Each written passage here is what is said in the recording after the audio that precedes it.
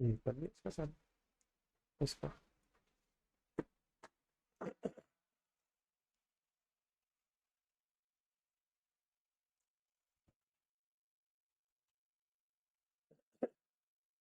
नहीं, एक मिनट,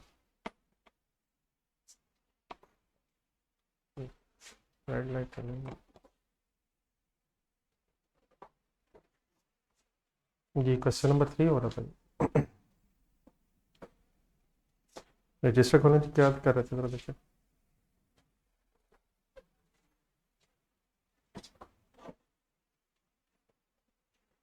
एक नज़र रिवाइज करें थी कल क्या बात चल रही थी।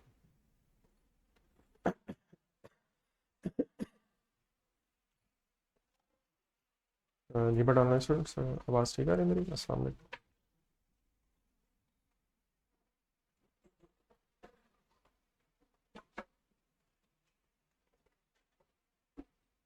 ठीक है बस, कैमरा ये बस। जी ऑनलाइन स्टूडेंट्स प्लीज़, आवाज़ ठीक है?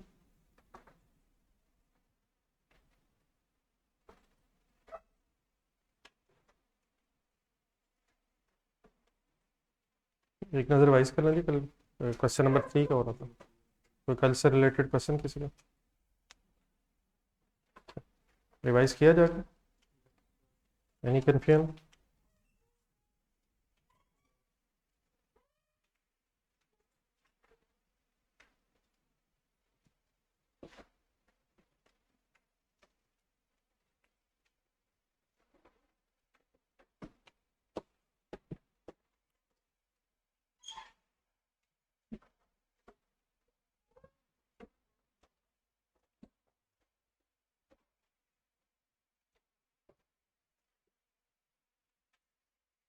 चले फिर आगे शुरू करेंगे।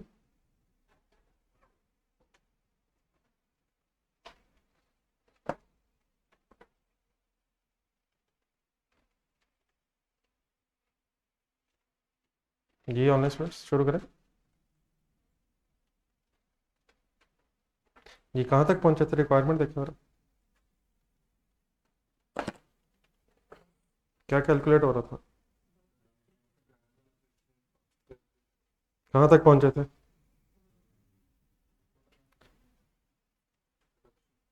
जॉइंट मैन्युफैक्चरिंग कॉस्ट निकालनी थी फरवरी की।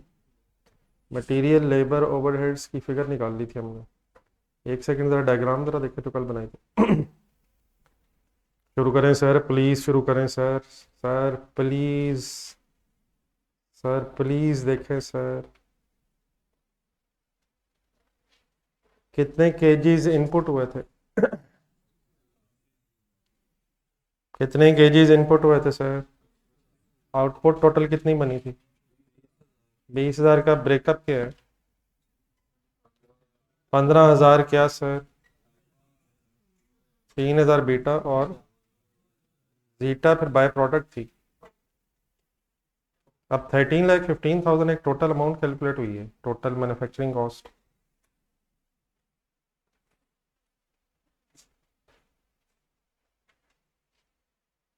ये कितने केजीज की टोटल मैन्युफैक्चरिंग कॉस्ट है? कंसंट्रेट करें प्लीज।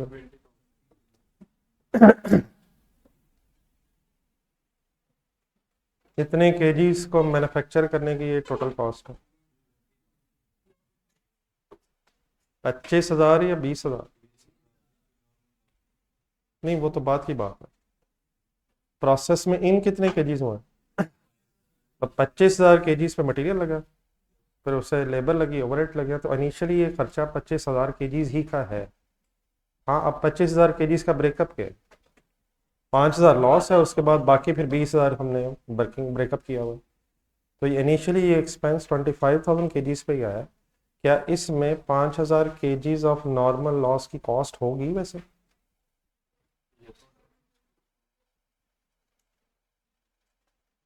सर इसका आंसर या तो नो हो सकता है या यस हो सकता है। क्या 25,000 केजीज में 5,000 लॉस के केजीज भी थे? तो कॉस्ट उस पर भी इंकर हुई है। लेकिन क्या लॉस की, नॉर्मल लॉस की कॉस्ट उसे एलोकेट होनी है? तो इनिशियली सर ये 25,000 केजीज का की कॉस्ट है, लेकिन उन 25,000 केजीज में जो 5,000 नॉर्मल लॉस की क्वांटिटी है उसकी कॉस्ट फिर बाकी यूनिट्स में अब्जॉर्ब हो जानी है। सही वर्ड यूज़ कर रहा हूँ? लेकिन अपना ज़रा क्वेश्चन देखा ज़रा, कल आपके पास पेज था।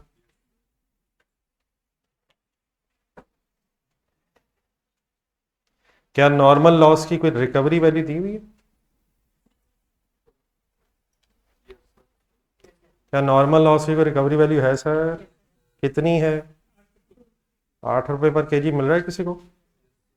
अगर ये 8 रुपये पर केजी फॉर एग्जांपल ना गिवन होता तो 13,45,000 की जो कॉस्ट है ये इंकर तो 25,000 केजीज पे हुई है। सही है वर्ड्स मेरा? लेकिन बस 20,000 केजीज की एज इट इज़ एलोकेट हो जाती, 20,000 केजीज पे एज इट इज़ एलोकेट हो जाती। क्या नॉर्मल लॉस को कॉस्ट, नॉर्मल लॉस पे कॉस्ट इंकर नहीं हुई, लेकिन उसे एलोकेट नहीं होगी, तो कॉस्ट से एलोकेट होनी नहीं। और अगर रिकवरी वैल्यू ना होती तो सिंपली यही 13,45,000 सिंपली बस 20,000 केजीज पे कॉस्ट एलोकेट हो जानी थी। लेकिन अगर रिकवरी वैल्यू है तो पहले इस 13,45,000 में से नॉर्मल लॉस की रिकवरी वैल्यू लेस करेंगे, फिर जो बैलेंसिंग फिगर होगी वो 20,000 केजीज पे एलोकेट होनी चाहिए। लेकिन ज़रा थोड़ा सा और देखें आगे, ज़रा अपनी डायग्राम दोबारा देखें। जो 20,000 केजीज हैं उनमें भी दो तो जॉइंट प्रोडक्ट्स हैं, अल्फा और बीटा, लेकिन एक बाय प्रोडक्ट भी है। बाय प्रोडक्ट का ट्रीटमेंट करने ज़रा थोड़ा सा जहन में लाएं ज़रा। बाय प्रोडक्ट को भी कॉस्ट एलोकेट नहीं होती, और अगर उसकी कोई रिकवरी वैल्यू हो तो उसके फिर दो ट्रीटमेंट ज़रूर हैं, अदर इनकम भी है और मैन्युफैक्चरिंग कॉस्ट से नेट ऑफ भी कर सकते हैं। क्वेश्चन ज़रा देखें, क्या जीटा की कोई रिकवरी वैल्यू है? प्लीज़ यार नीचे टेबल देखें प्लीज़। ये रिकवरी वैल्यू जब मैं वर्ड यूज़ करता हूँ तो इसका मीनिंग क्या होता है वैसे? रिकवरी वैल्यू बेच के उसे मिल सकता है, तो क्या बीटा सॉरी जीटा को बेच के कुछ रिकवर हो सकता है? कितने रुपए पर केजी? तब जीटा की कॉस्ट क्या इसमें है, ये जो 13,45,000 है कॉस्ट इसमें है, लेकिन जीटा क्योंकि बाय प्रोडक्ट है कॉस्ट उससे भी इंकर नहीं, सॉरी कॉस्ट उससे भी एलोकेट नहीं होनी है, लेकिन उसकी अगर रिकवरी वैल्यू है तो वो भी प्रोडक्शन कॉस्ट से ही नेट ऑफ हो जाएगी। क्वेश्चन जरा एक दफा दोबारा देखें, बाय प्रोडक्ट की रिकवरी वैल्यू का ट्रीटमेंट गिवन नहीं है। कौन से दो ट्रीटमेंट्स पॉसिबल हैं? अदर इनकम भी बना सकते हैं और प्रोडक्शन कॉस्ट से भी नेट ऑफ हो सकती है, लेकिन अगर क्वेश्चन साइलेंट हो तो फिर उसने भी प्रोडक्शन कॉस्ट से ही नेट ऑफ होना है। बात कुछ मेरी समझ आ गई है? दोबारा एक सेकंड देख लें, ये टोटल कॉस्ट 13,45,000 इंकर 25,000 केजीज पे हुई है, लेकिन उसमें से जो 5,000 नॉर्मल लॉस की क्वांटिटी है कॉस्ट उसे एलोकेट होनी नहीं, उसकी रिकवरी वैल्यू बस लेस हो जाएगी। उसी तरह आगे अगर जाएँ तो 20,000 के जो ब्रेकअप में एक बाय प्रोडक्ट बनी है उसको भी कॉस्ट एलोकेट नहीं होनी, उसकी भी बस रिकवरी वैल्यू लेस होनी है। इट मीन्स अगर ये दो रिकवरी वैल्यूज लेस हो जाए फिर आपके पास फाइनली वो जॉइंट कॉस्ट आएगी जिसने अल्फा और बीटा पे एलोकेट होना है। बात मेरी क्लियर होगी है? लेट्स अज्यूम ना बाय प्रोडक्ट की कोई रिकवरी वैल्यू होती और ना ही नॉर्मल लॉस की कोई रिकवरी वैल्यू होती, तो क्या मैं कह सकता हूँ यही 13,45,000 as it is joint products पे अल्फा और बीटा पे एलोकेट हो जाता? क्या इसके अंदर नॉर्मल लॉस और बाय प्रोडक्ट की कॉस्ट है? नहीं, कॉस्ट तो है लेकिन उन्हें कॉस्ट एलोकेट नहीं होती है, और अगर कोई रिकवरी वैल्यू तो बस उसको लेस करते हैं। सही कह रहा हूँ? चलाएं फिर वर्किंग करवाना। प्लीज़ कुछ पार्टिसिपेट किया करें सर, हुक्म करें क्या करूं?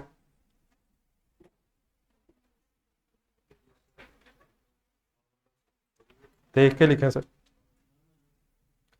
लेस के स्पेलिंग देख के लिखें जी। Recovery value of normal loss को लिखवा दे।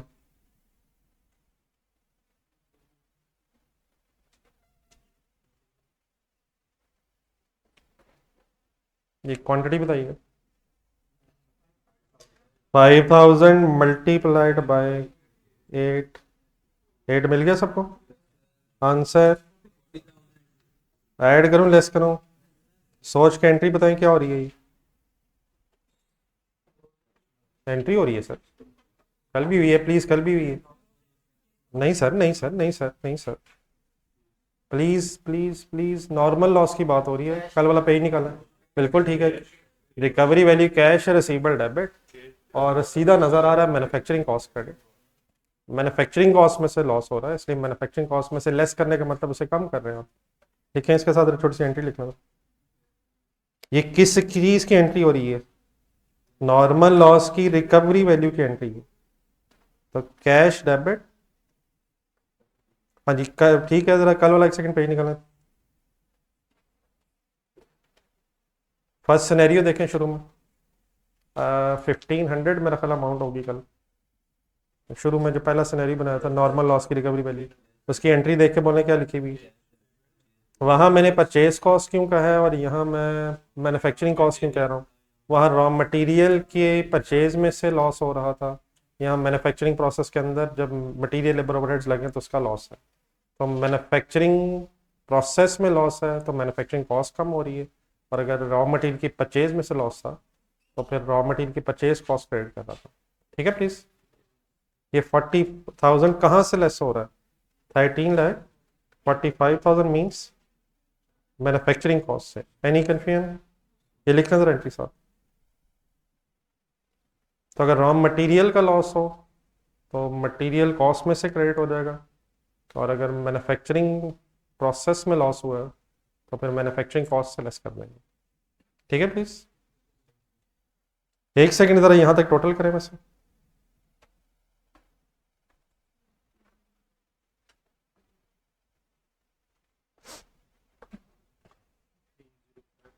$13,05,000 आ जाएगा।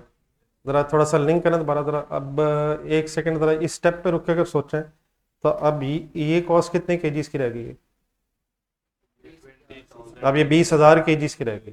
लेकिन अब उन 20,000 केजीज में भी एक प्रॉब्लम क्या है? एक बाय प्रोडक्ट है, और बाय प्रोडक्ट को भी कॉस्ट एलोकेट नहीं होनी, उसकी बस रिकवरी वैल्यू ने को लेस करना आपने। Sorry, recovery value.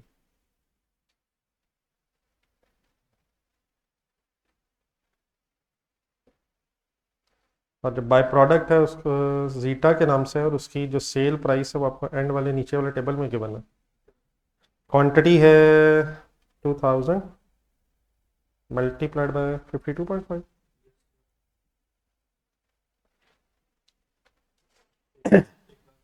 1,05,000। और इसकी भी क्वेश्चन में इंफॉर्मेशन नहीं है, तो बाय डिफॉल्ट रिकवरी वाली बाय प्रोडक्ट भी मैन्युफैक्चरिंग कॉस्ट से ही लेस कर रहे हैं।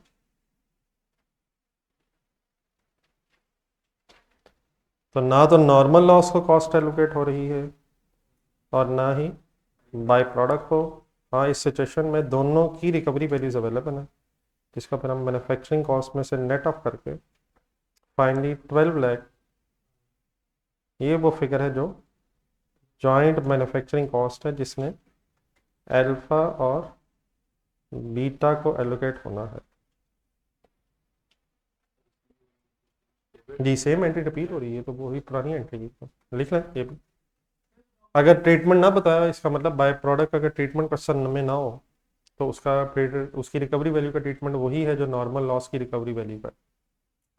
अनलेस समटाइम्स हो सकता है बाय प्रोडक्ट की रिकवरी वैल्यू के लिए कोई अदर इनकम बनाने का कोई क्वेश्चन में बताया। जी आप कुछ करें। अगर हमें ये पता चलता है कि ये मटेरियल खरीदते हुए कोई लॉस हुआ है तो डेफिनेटली फिर मटेरियल की परचेज कॉस्ट से लेस कर देते हैं। लेकिन ये पड़ेगा ज़रा क्वेश्चन, रॉ मटेरियल जब कंज्यूम हुआ है, प्रोडक्शन प्रोसेस स्टार्ट हुआ, तो उसका फिर 20% बताया हुआ है कि लॉस है। मटेरियल इस्तेमाल होते हुए लॉस हुआ, मटेरियल परचेज करते हुए नहीं हुआ। ठीक है, मतलब परचेज करते हुए ये क्वांटिटी लॉस नहीं है। जब मटेरियल यूज़ हुआ है प्रोडक्शन प्रोसेस में तो उस वक्त ये लॉस हुआ, इसलिए पर परचेज कॉस्ट की बजाय मैन्युफैक्चरिंग कॉस्ट बढ़ रहा है। जब मैंने कल एग्जांपल दी थी आपको, उसमें मैं मटेरियल परचेज की बात कर रहा था और ये कह रहा था कि जैसे ही हम परचेज करते हैं उसी वक्त हमें ये एक्सपेक्टेड है कि कुछ क्वांटिटी कम हमारे पास आएगी, तो परचेज करते हुए भी लॉस हो सकता है, और फिर परचेज क्वांटिटी को जब आप यूज़ करेंगे मैन्युफैक्चरिंग प्रोसेस में तो उस प्रोसेस में भी लॉस पॉसिबल है। ठीक है, ये नहीं अदर कन्फ्यूजन। चलिए रिक्वायरमेंट पढ़ें जरा, कहाँ तक हुई ये रिक्वायरमेंट? कंप्लीट हो गया क्वेश्चन?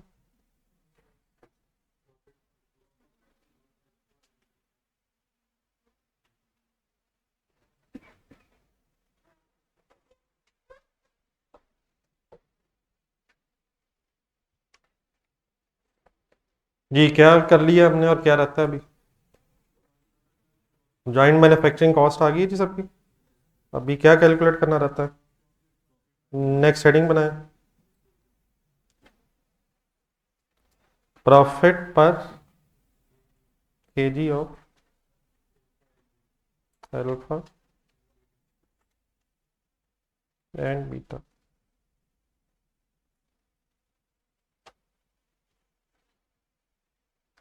अब जो दो मेन प्रोडक्ट्स हैं अल्फा बीटा, उसका प्रॉफिट पर केजी फाइंड आउट करना है। तो प्रॉफिट पर केजी कैसे आएगा ये मैं बताता हूँ। आप प्रॉफिट कैसे निकालेंगे ज़रा ये आप बता देंगे? अगर प्रॉफिट निकालना है तो पर केजी फिर मैं डिस्कस कर लेता हूँ। Simply profit and loss statement बनानी है, तो दोनों की वर्किंग करनी है, तो इसलिए कॉलम बना लें। तो प्रॉफिट एंड लॉस स्टेटमेंट जहन में लाएं। पहले प्रॉफिट निकाल लेते हैं, फिर जितने केजीज का वो प्रॉफिट होगा उसको डिवाइड करके प्रॉफिट पर केजी आ जाएगा। तो पर केजी भी छोड़ दें, पहले सिंपली प्रॉफिट के एंगल से सोच लें। Profit and loss statement simply बनानी है आपने इस इंफॉर्मेशन से। करें शुरू? क्या आता है सबसे पहले? किस किस की सेल? आने सोचें। वर्किंग्स लिखी हुई है, वर्किंग्स में इंफॉर्मेशन है। अल्फा की कितनी क्वांटिटी बनी? ढूंढे ढूंढे सर, ढूंढे प्लीज, ढूंढे सर, ढूंढे। सेल कैसे आएगी अगर आपने सेल की फिगर निकालनी हो? Quantity sold multiplied by sale price per unit. तो कितनी क्वांटिटी बनी? 15,000। कितनी क्वांटिटी स्टॉक में बची?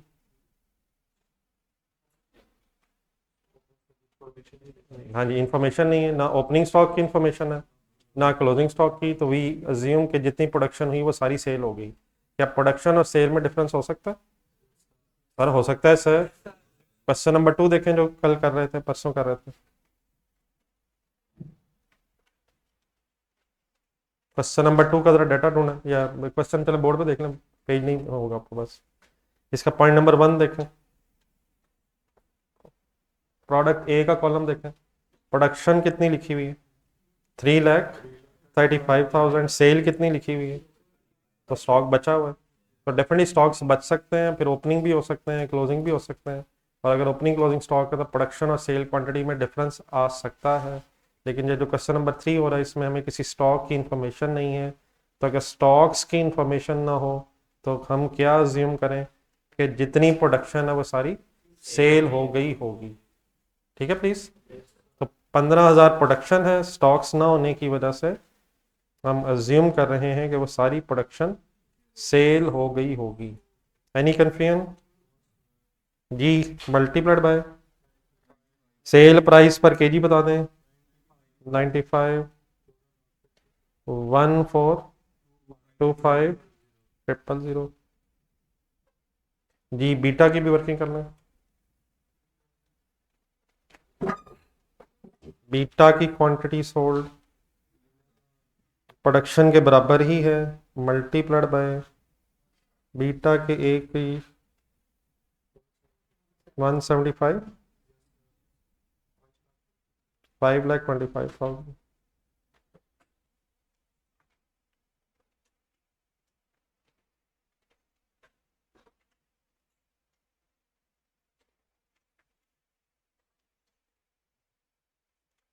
प्लीज ठीक है फिगर्स। जी प्रॉफिट तक पहुंचना है। आगे बताएं, सेल के बाद क्या आता है? कॉस्ट ऑफ सेल हेडिंग लिखें। कॉस्ट ऑफ सेल की हेडिंग लिखते हुए ज़रा सोचें, ट्रेडिंग बिजनेस लग रहा है मैन्युफैक्चरिंग?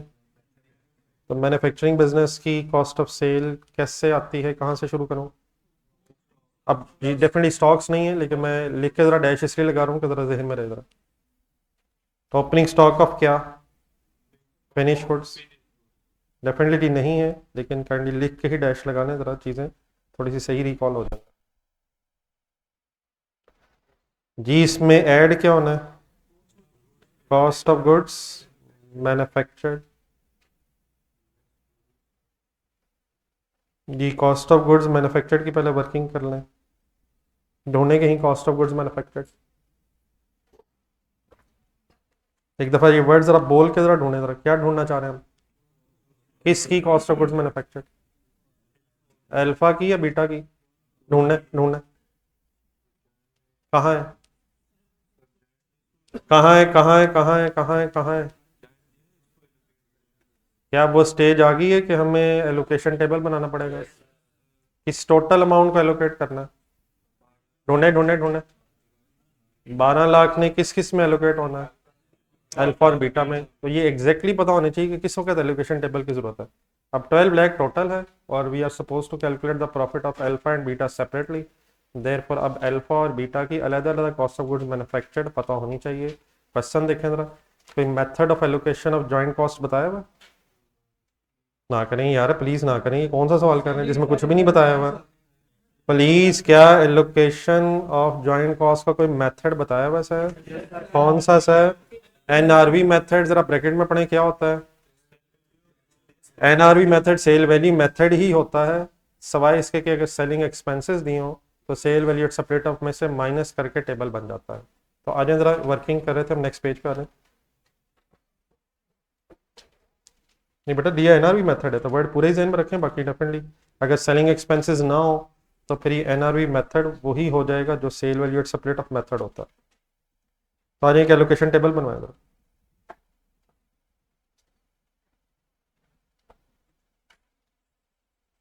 वर्किंग नंबर 2,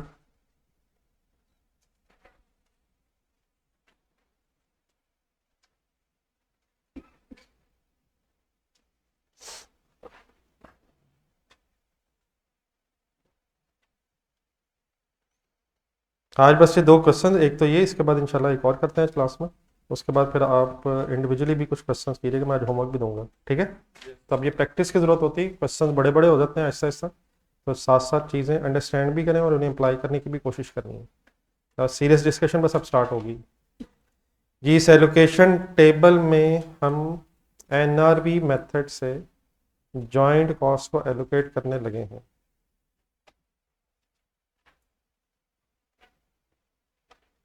जी सबसे पहले क्या करते हैं, लिखवा दें ज़रा थोड़ा सा।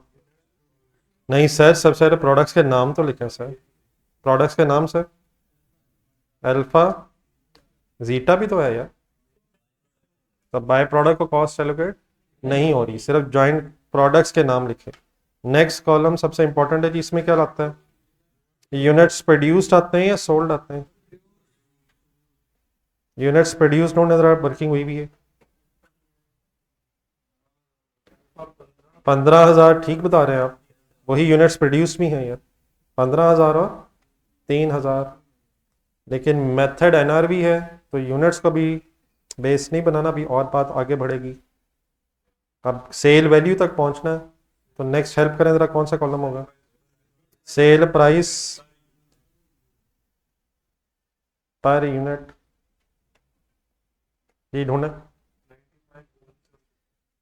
प्लीज, ढूंढे ढूंढे। 95 एंड 175।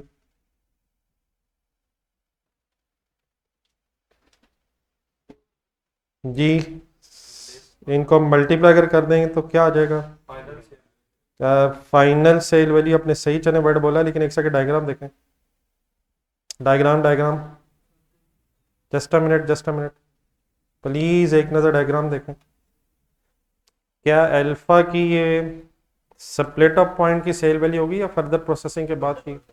अल्फा नीचे रिक्वायरमेंट की तरफ जाए जरा, रिक्वायरमेंट से ऊपर अल्फा को फर्दर प्रोसेस करके बेचा जा रहा है, तो डेफिनेटली अल्फा के एंगल से पहले फाइनल सेल प्राइस आएगी, फिर फर्दर प्रोसेसिंग कॉस्ट लेस करके स्प्लिट अप पॉइंट की सेल वैल्यू आएगी। लेकिन बीटा की फर्दर प्रोसेसिंग नहीं है तो इसकी final sale value at split off ही होगी। सॉल्व कर दें जरा फिगर्स, प्लीज सॉल्व कर दें सर, वही फिगर जो शायद पहले भी है। 1425 000 एंड सेकेंडली 525। ये डायग्राम सॉर्ट ऑफ जो हमने बनाई हुई है ये हेल्पफुल है, इसको जरा जरूर गौर से देखें साथ साथ। क्या करूं सर? फर्दर प्रोसेसिंग कॉस्ट ढूंढे कहीं।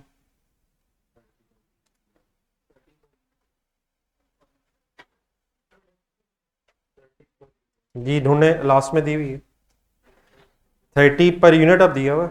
क्या करूं मैं? फिगर फाइंड आउट करने के लिए क्या करूं? लिखवाएं फिगर, कैसे वर्किंग करूं? वर्किंग वर्किंग वर्किंग वर्किंग 15,000, ठीक है, मल्टीप्लाइड बाय 30 मिल गया जी सबको। 30 क्या है, और मैंने 15,000 से मल्टीप्लाई करके 4,50,000 क्या फाइंड आउट हो गया, total further processing cost. Any confusion? Beta की फर्दर प्रोसेसिंग कॉस्ट बताएं। नहीं होने का मतलब फिर क्या हुआ, ये as it is split up point पे ही सेल हो रही है प्रोडक्ट। नेक्स्ट कॉलम का नाम assumed sale value at split off. अच्छा, सपोज हो सकता है आप जब अपने रजिस्टर पे लिख रहे हो तो कॉलम्स के लिए जगह ख़त्म हो जाए, तो ऐसे ही छोटे छोटे करके फिर ना लिखें, नीचे दोबारा कॉलम्स बना लें, तो साफ सुथरी वर्किंग की जाएगी।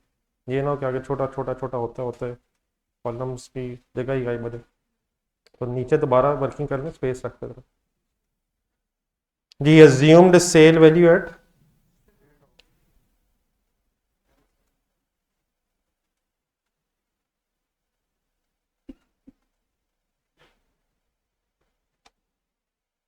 जी कैसे आती है फिगर, फाइनल कर दें जरा मेरा। Final sale value minus further processing cost 14,25,000 minus 4,50,000 को लास्ट लाइन में से आंसर बता दें। 9,75,000 और बीटा के लिए 525,000 एज इट इज फिगर आ जाएगी।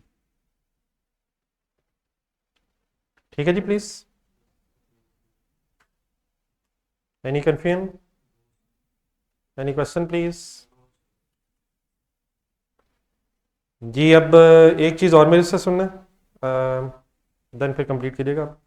अब मेथड बेटा एनआरवी है, और एनआरवी मेथड अगर हो तो sale value at split up point तक आपने पहले एज इट इज पहुंचना है, और उसके बाद फिर आपने सेलिंग एक्सपेंसेस माइनस करने हैं। अब क्वेश्चन अगर आप देखें, देख लें, वैसे तो बार बार देख लिया हम लोग, तो इस क्वेश्चन में कुछ selling expenses given given given given given नहीं है। क्या है, क्या चीज़ों को बेचने पे भी कोई खर्चा हो सकता है, लेकिन क्वेश्चन में इंफॉर्मेशन नहीं है। तो अगर इंफॉर्मेशन होती तो मैं नेक्स्ट कॉलम में क्या लिखता, सेलिंग एक्सपेंसेस, फिर मैं एनआरवी निकालता, फिर उसका टोटल करके एलोकेशन टेबल कंप्लीट करता। तो मेरा ख्याल फर्स्ट क्वेश्चन है, ज़रा कम से कम सेलिंग एक्सपेंसेस लिख के डैश लगा लें, मेरा ख्याल नेक्स्ट क्वेश्चन में फिर ज़रा हेल्प हो जाएगी। तो सेलिंग एक्सपेंसेस अब हैं तो नहीं, डेफिनेटली अगर ना हो तो फिर ये कॉलम बनाना कंपलसरी भी नहीं है, लेकिन ज़रा एनआरवी मेथड ज़रा एम्फसाइज करने के लिए सेलिंग एक्सपेंसेस का कॉलम बना के डैश लगा रहा हूँ। क्या ये हमेशा डैश ही होगा? सर जी हमेशा डैश ही होगा सर, अवेलेबल क्योंकि नहीं है, इसलिए फिर हम फाइनली इसी को एनआरवी कह देंगे जो फिगर्स हैं। और अब इन एनआरवीज का टोटल करें, और इस टोटल की बेस पे ज़रा प्लीज़ एक दफ़ा मुझे दोबारा बता दें किस अमाउंट को आप एलोकेट कर देंगे, कर दें तो वर्किंग साफ सुथरी प्लीज़ कीजिएगा। अगर स्पेस की रिक्वायरमेंट है तो नीचे दोबारा रजिस्टर पे खुला बनाएं। ये कर लें कंप्लीट, पर अब ज़रा कर लें कंप्लीट।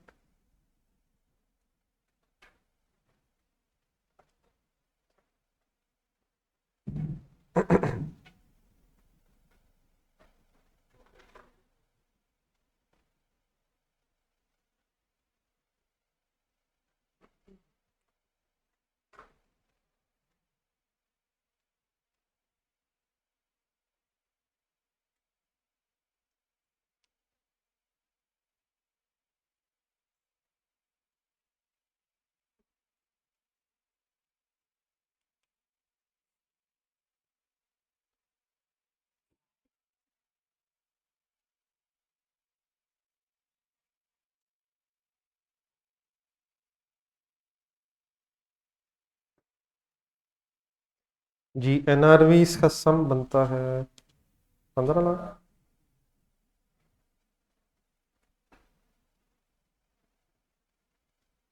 अब ये मैं अज्यूम कर सकता हूँ कि एलोकेशन कर लेते हैं आप, मसलन अल्फा के लिए क्या फिगर्स कैसे यूज़ करेंगे, 975,000 divided by 15 lakh and multiplied by 12 lakh जी, अप्रॉक्सीमेटली 7,80,000 एंड 4,20,000 जी। इन फिगर्स के नाम बोलें जरा। 7,80,000 क्या है? हाँ जी, जॉइंट मैन्युफैक्चरिंग कॉस्ट नहीं, अभी टोटल तो 12 लाख है ना। ये 780 और 420 क्या है? अब ये share of joint manufacturing cost है related to alpha and beta. अब जरा पिछला पेज देखें, हम कर क्या रहे थे जिसके लिए टेबल की जरूरत पड़ी है। तो अल्फा की कॉस्ट ऑफ गुड्स मैन्युफैक्चर्ड अब क्या है? नहीं सर, सिर्फ 780 बेटा नहीं है। 780 दोबारा कंडी डायग्राम जरा अगर देखी जाए, 12 लाख का शेयर है अल्फा का स्प्लिट अप पॉइंट पे, जब 12 लाख की जॉइंट मैन्युफैक्चरिंग कॉस्ट है। तो 780,000 is share of joint cost. लेकिन क्या अल्फा को बेचने से पहले फर्दर प्रोसेसिंग भी हो रही है? तो 7,80,000 प्लस 4,50,000 करके फिर आपकी total cost of goods manufactured of alpha आएगी। लेकिन क्योंकि beta as it is separate of point पे ही सेलेबल है, इसलिए बीटा का यही शेयर ऑफ जॉइंट कॉस्ट ही total cost of goods manufactured बन जाएगा। ठीक है प्लीज। अगर प्रोडक्ट्स फर्दर प्रोसेस हो रही हो तो उनकी total cost of goods manufactured कैसे आएगी? Share of joint cost plus further processing cost. ठीक है प्लीज। ठीक है सर, आ जाए वर्किंग लिखें। अब वर्किंग नंबर 2 को हेडिंग लिख लें यहाँ।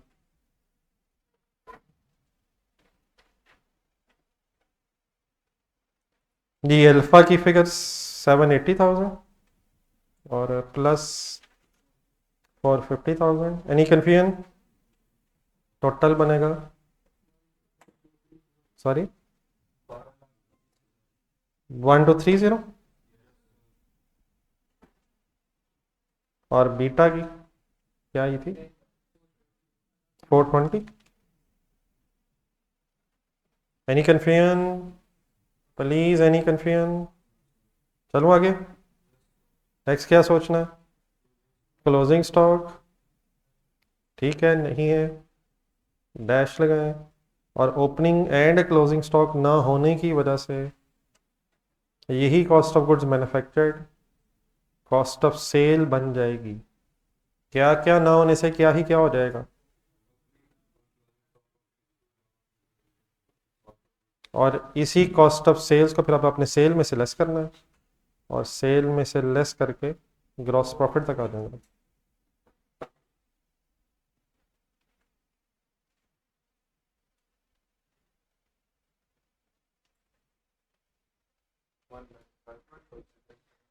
तो 195000 sale less cost of sale please. ये फिगर्स काइंडली सॉल्व किया करें यार, बहुत से हजरात के हाथ में तो कैलकुलेटर ही नजर नहीं आ रहा और क्वेश्चन कंप्लीट हो गया।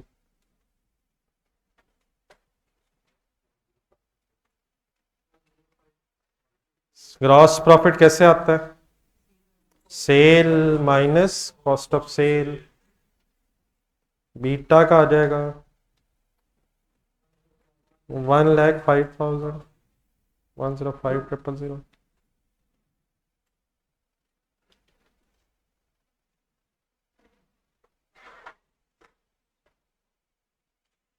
आगे नहीं फिगर्स जी। हेडिंग देखें जरा, जो हम ये प्रॉफिट निकाला इसके ऊपर हेडिंग क्या है? बल्कि सॉरी, अभी तो ग्रॉस प्रॉफिट आया यार। ग्रॉस प्रॉफिट के बाद प्रॉफिट निकालना कुछ हो सकता है ग्रॉस प्रॉफिट के बाद? क्या मसलन? अदर इनकम ढूंढना है। एक अदर इनकम है मेरा ख्याल।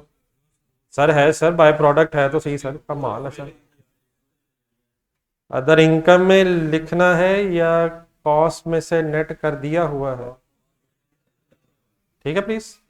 कोई और एडमिन एक्सपेंसेस, सेलिंग एक्सपेंसेस यकीनन होते तो आना चाहिए थे। जरा क्वेश्चन नंबर 2 ढूंढना।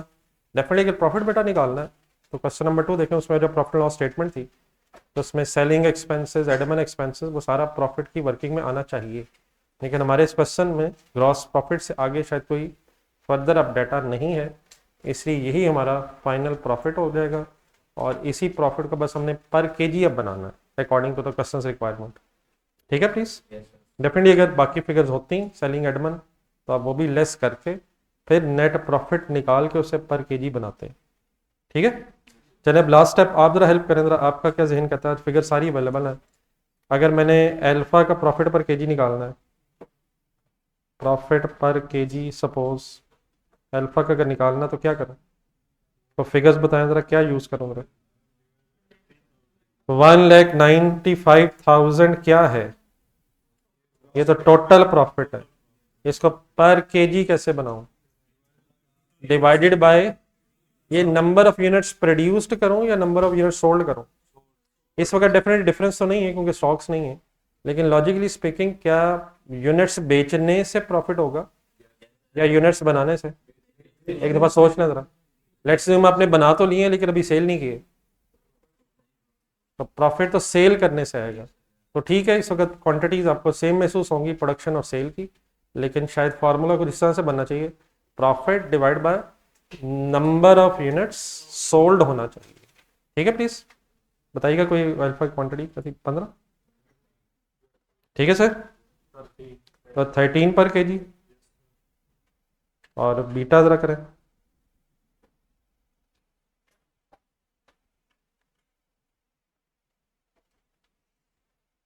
Divided by 3000।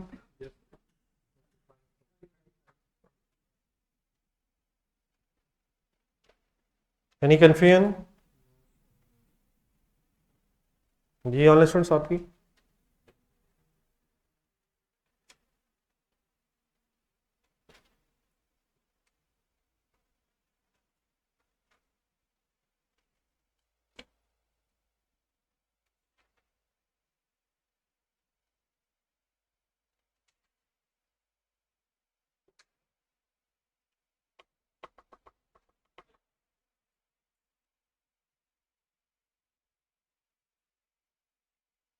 जी नोट कर लिया बेटा, वो कैलकुलेट हुई है 12 लाख हमने अपनी पहली वर्किंग में कैलकुलेट किया था टोटल ज्वाइंट कॉस्ट जिसने एलोकेट होना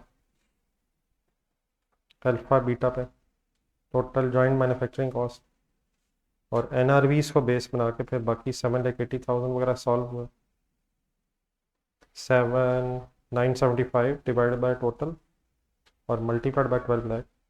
ठीक है प्लीज जी, क्वेश्चन नंबर 4 ढूंढें।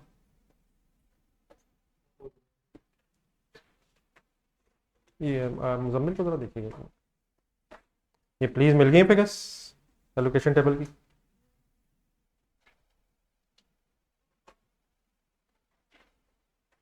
प्लीज मेगा फिगर्स मिल गई हैं।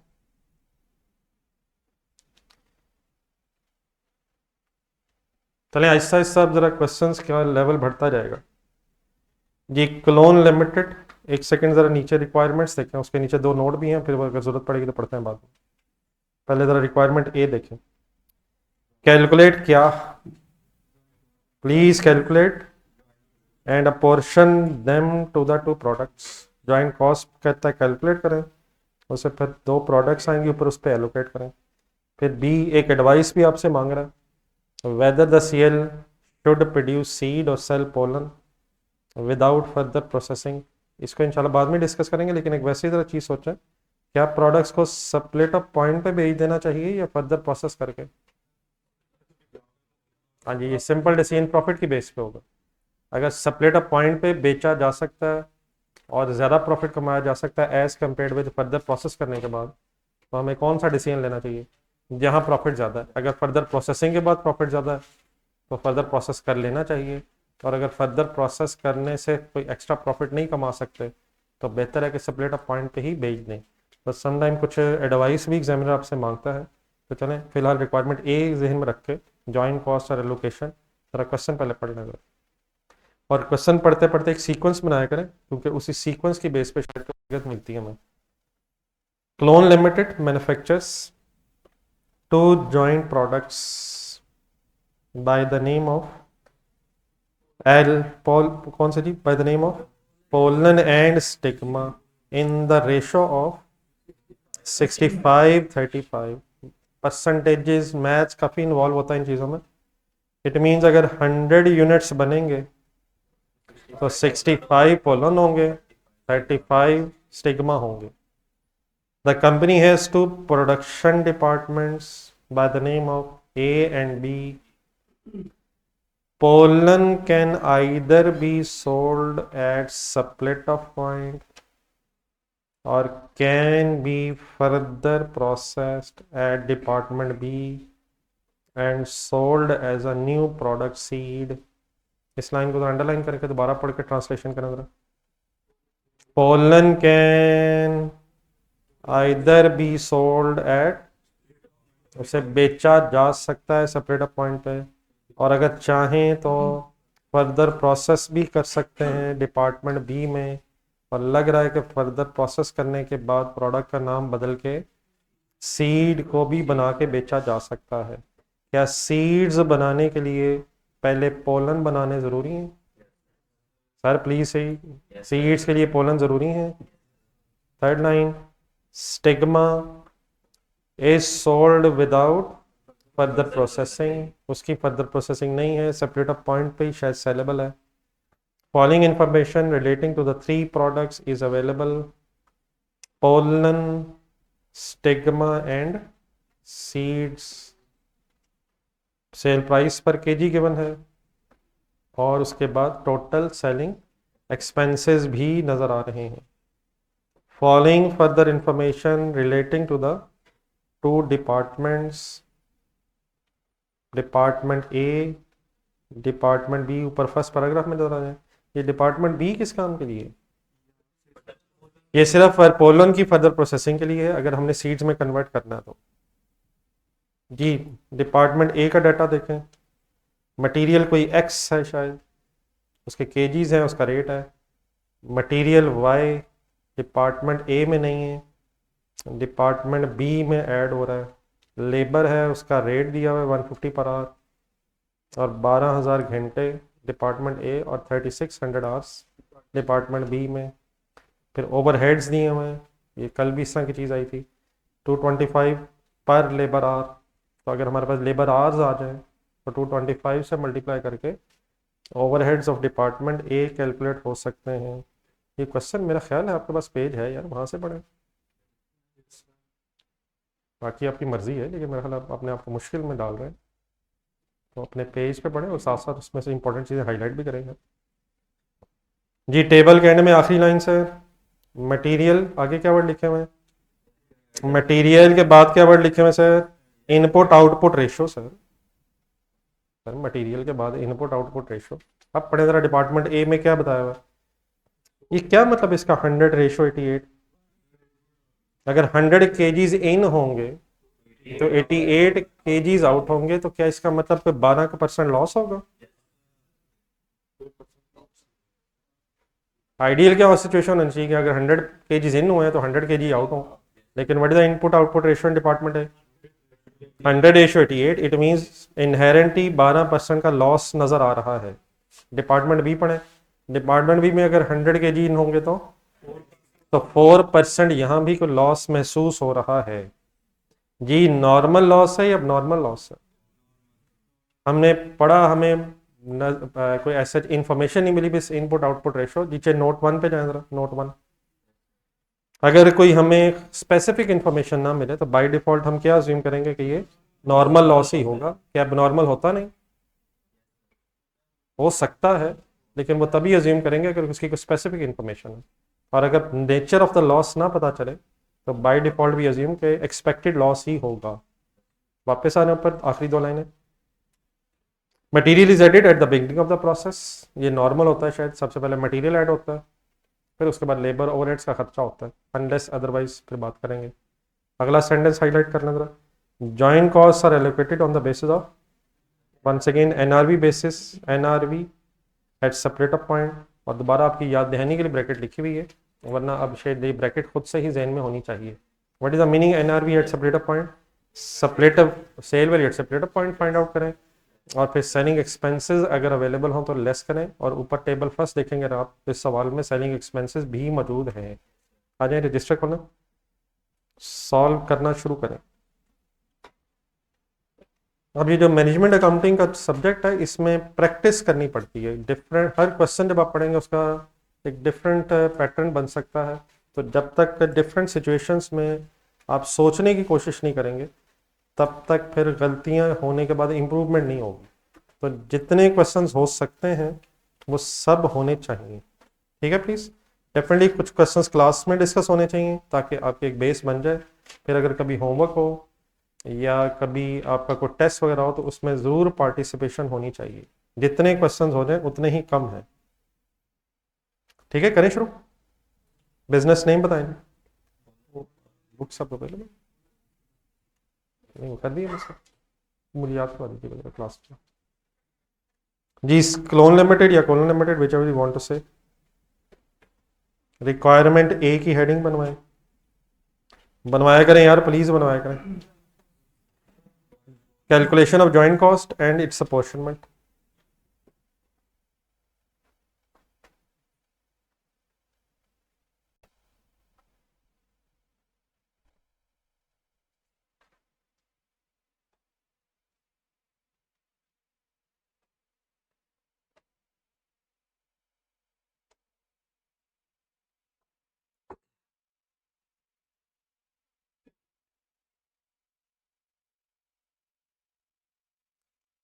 ये काफ़ी सारी कैलकुलेशन अभी आपके सामने आनी है, तो प्लीज़ ज़रा इन्वॉल्वमेंट दिखाएं।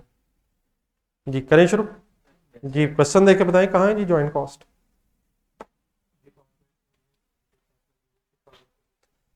किस डिपार्टमेंट की कॉस्ट जॉइंट कॉस्ट है?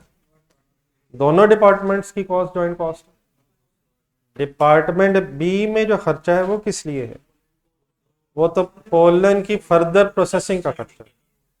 ऊपर फर्स्ट लाइन में जाए क्वेश्चन की, जॉइंट प्रोडक्ट्स के नाम क्या हैं? पोलन एंड स्टिग्मा को इनिशियली किस डिपार्टमेंट में बनाया जा रहा है, और फिर अगर पोलन को सीड्स में कन्वर्ट करना है तो उसके लिए फिर डिपार्टमेंट बी है। इट मींस अगर डिपार्टमेंट बी में कोई कॉस्ट इंकर होनी है तो वो further processing cost of converting the pollen into seeds होगी। तो अगर हम किस डिपार्टमेंट की कॉस्ट इकट्ठी कर लें तो हमारे पास जॉइंट कॉस्ट कैलकुलेट हो जाएगी। सब क्लियर है प्लीज? आई करवाएं वर्किंग डाटा अवेलेबल है, इतना टफ नहीं है जी। ऑनलाइन स्टूडेंट्स ठीक है प्लीज।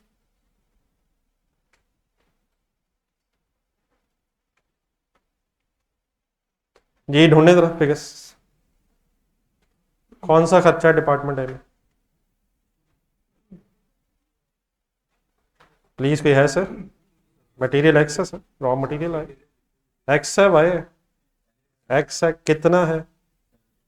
75,000 क्या है? केजीज है, मल्टीप्लाइड बाय 60। आंसर जी एज यू फील कंफर्टेबल, बता दें मुझे क्या करना है, आंसर बता दें। रुपीज में लिखूं या थाउजेंड्स में लिखूं? रुपीज में ही लिखें, थाउजेंड में बाद में किसी सवाल में लिखें। ऐसे बाद में आपने राउंडिंग ऑफ का चक्कर में पड़ जाना, तो फिलहाल एक क्वेश्चन समझ लेना। डेफिनेटली थाउजेंड्स वगैरह में हो सकता है, लेकिन बाद में फिर आप परेशान हो जाते हैं राउंड ऑफ करते हुए। तो मैं इस क्वेश्चन को थोड़ा चाह रहा हूँ कि कम से कम राउंडिंग ऑफ की बहस ना आए जी। ठीक है जी। मटेरियल नेक्स्ट वन क्या है? मटेरियल वाई जो है वो डिपार्टमेंट ए में नहीं, वो फिर बी में है, तो जब उसकी वर्किंग की बात आएगी तो करेंगे जी। लेबर कैसे करूँ वर्किंग? प्लीज यार, प्लीज यार, प्लीज यार, प्लीज यार, क्या हो गया यार? 12,000 क्या गिवन है? लेबर आवर्स गिवन है, मल्टीप्लाइड बाय क्या करें? 150 पर आवर रेट है। आंसर 18 लाख।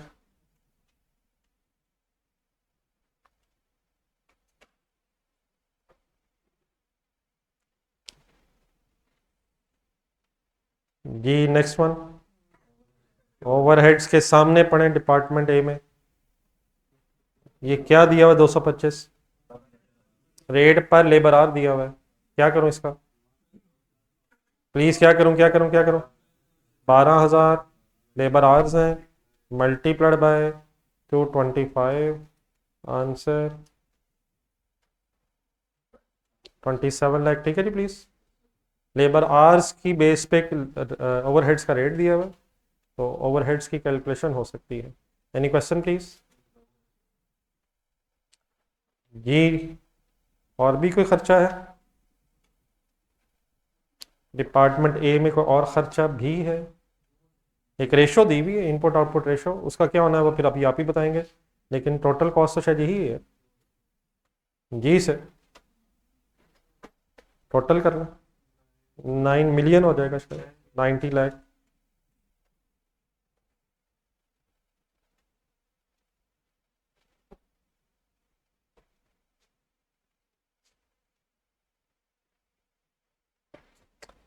ओके है सर, एनी कंफ्यूजन?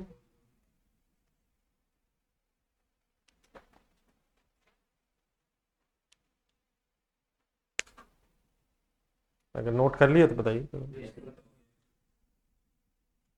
अब बेटा ये जो 90 लाख है, ये काइंडली जरा जो भी इंफॉर्मेशन इस वक्त सामने है बताएंगे, एक 90 लाख कितने केजीज की कॉस्ट है? 75,000 केजीज प्रोसेस हुआ ना, 75,000 केजीज है, तो क्या यही जॉइंट कॉस्ट है या इस 75,000 केजीज में कुछ लॉस भी होगा? ये क्या 75,000 केजीज इनपुट है या आउटपुट है? नहीं, ये 75,000 केजीज जो इस वक्त हमारे सामने है, क्या ये मटेरियल इनपुट है या आउटपुट है? तो ये मटेरियल इनपुट अभी है, और according to the question department A के एंड में फिर एक आउटपुट रेशियो भी दी हुई है, तो क्या ये सारी क्वांटिटी ही आउटपुट में कन्वर्ट हो जानी है, कुछ लॉस भी इसमें एक्सपेक्टेड है? अब इस तरह करें, जरा नीचे स्पेस रख लें, अभी हमें रिक्वायरमेंट ए बी दोनों कंप्लीट करनी है सही तरह, तो जरा नेक्स्ट पेज पे लेकिन जरा एक फ्लो बना लें कि कितनी क्वांटिटी इन हुई, फिर उसमें से कोई वेस्टेज हुई या नहीं हुई, और फिर आउटपुट क्वांटिटीज कितनी बनी है।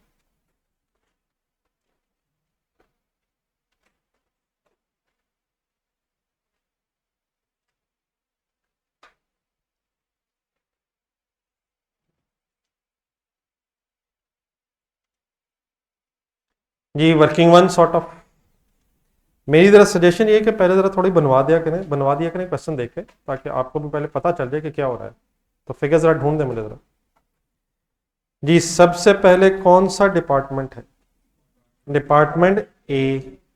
क्वांटिटीज की बात करना चाह रहा हूं, डिपार्टमेंट ए में कितनी क्वांटिटी इन हो रही है? 75,000 केजीज। क्या इस डिपार्टमेंट में कुछ लॉस भी है? कैलकुलेटर पकड़ें। कैसे वर्किंग कर लो? 75,000 मल्टीप्लाइड बाय 12%, समझ आ जाएगा सबको? 12% कहाँ से आया? 188, 12% आंसर 9,000। अब फुल कंसंट्रेट यहाँ करना है जरा आपने।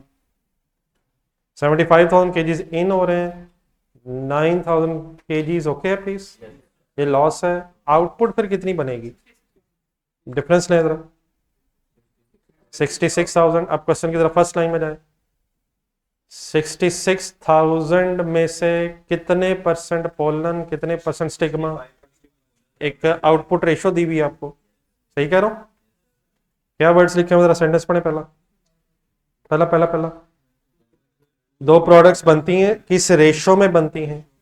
65-35। तो आउटपुट निकाल ली हमने, ठीक है, 65 और सॉरी 66,000, सॉरी नहीं, इनपुट है 75,000, लॉस के बाद अब ये 66,000 टोटल आउटपुट है। लेकिन इस टोटल आउटपुट का ब्रेकअप किन क्वांटिटीज में है या किन प्रोडक्ट्स में है? Pollen and stigma. Just a second, पहले देख लें। और इसकी रेशो क्या बताई हुई है? 65 एंड 35। कैसे वर्किंग करूं pollen for example? 66,000 multiplied by 65%, approximately 42,900 KGs बन जाएंगे पोलन के, एंड स्टिग्मा के 23,100, मीन 66,000 मल्टीप्लाइड बाय 35%। ओके। अच्छा बेटा, इसके आगे जरा ऊपर फर्स्ट पैराग्राफ देखें। अभी पोलन जो है वो फर्दर प्रोसेस भी की जा सकती है डिपार्टमेंट बी में, तो अगली वर्किंग भी अभी होनी है, लेकिन मैं इस वक्त इसलिए नहीं कर रहा हूँ कि पहले हम जरा ज्वाइंट कॉस्ट और फाइनल करके उसकी बहस कर लें, लेकिन आपको मैंने इसलिए इस वक्त याद इसलिए करवा दी है कि ज़रा स्पेस रखिएगा बनाते हुए ज़रा, तो आगे अगर ज़रूरत पड़ेगी तो अभी डिपार्टमेंट बी भी है और उसमें भी फिर लॉसेस भी हैं, और पोलन से सीड्स की वर्किंग भी होनी है। तो वर्किंग करते हुए काइंडली ज़रा आगे भी स्पेस होनी चाहिए ताकि एक फ्लो में सारे ज़रा प्रोडक्ट्स की इंफॉर्मेशन इकट्ठी हो जाए। तो यहाँ तक पहले बना लें, फिर उसके बाद देखते हैं कि अगली वर्किंग की कब ज़रूरत पड़ती है। तो इस वर्किंग में इशू प्लीज़।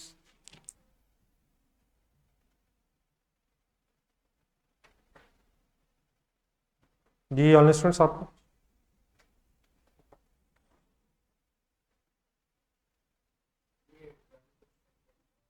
सर 100 में से अगर 88 माइनस करेंगे आप हैं तो इंशाल्लाह 12 आ जाएंगे। सर इनपुट है 100%, वो कह रहा है अगर इनपुट आउटपुट रेशो दे रहा है तो 100 इन है तो 88 आउट है, तो इसका मतलब बीच में 12% लॉस है। ठीक है।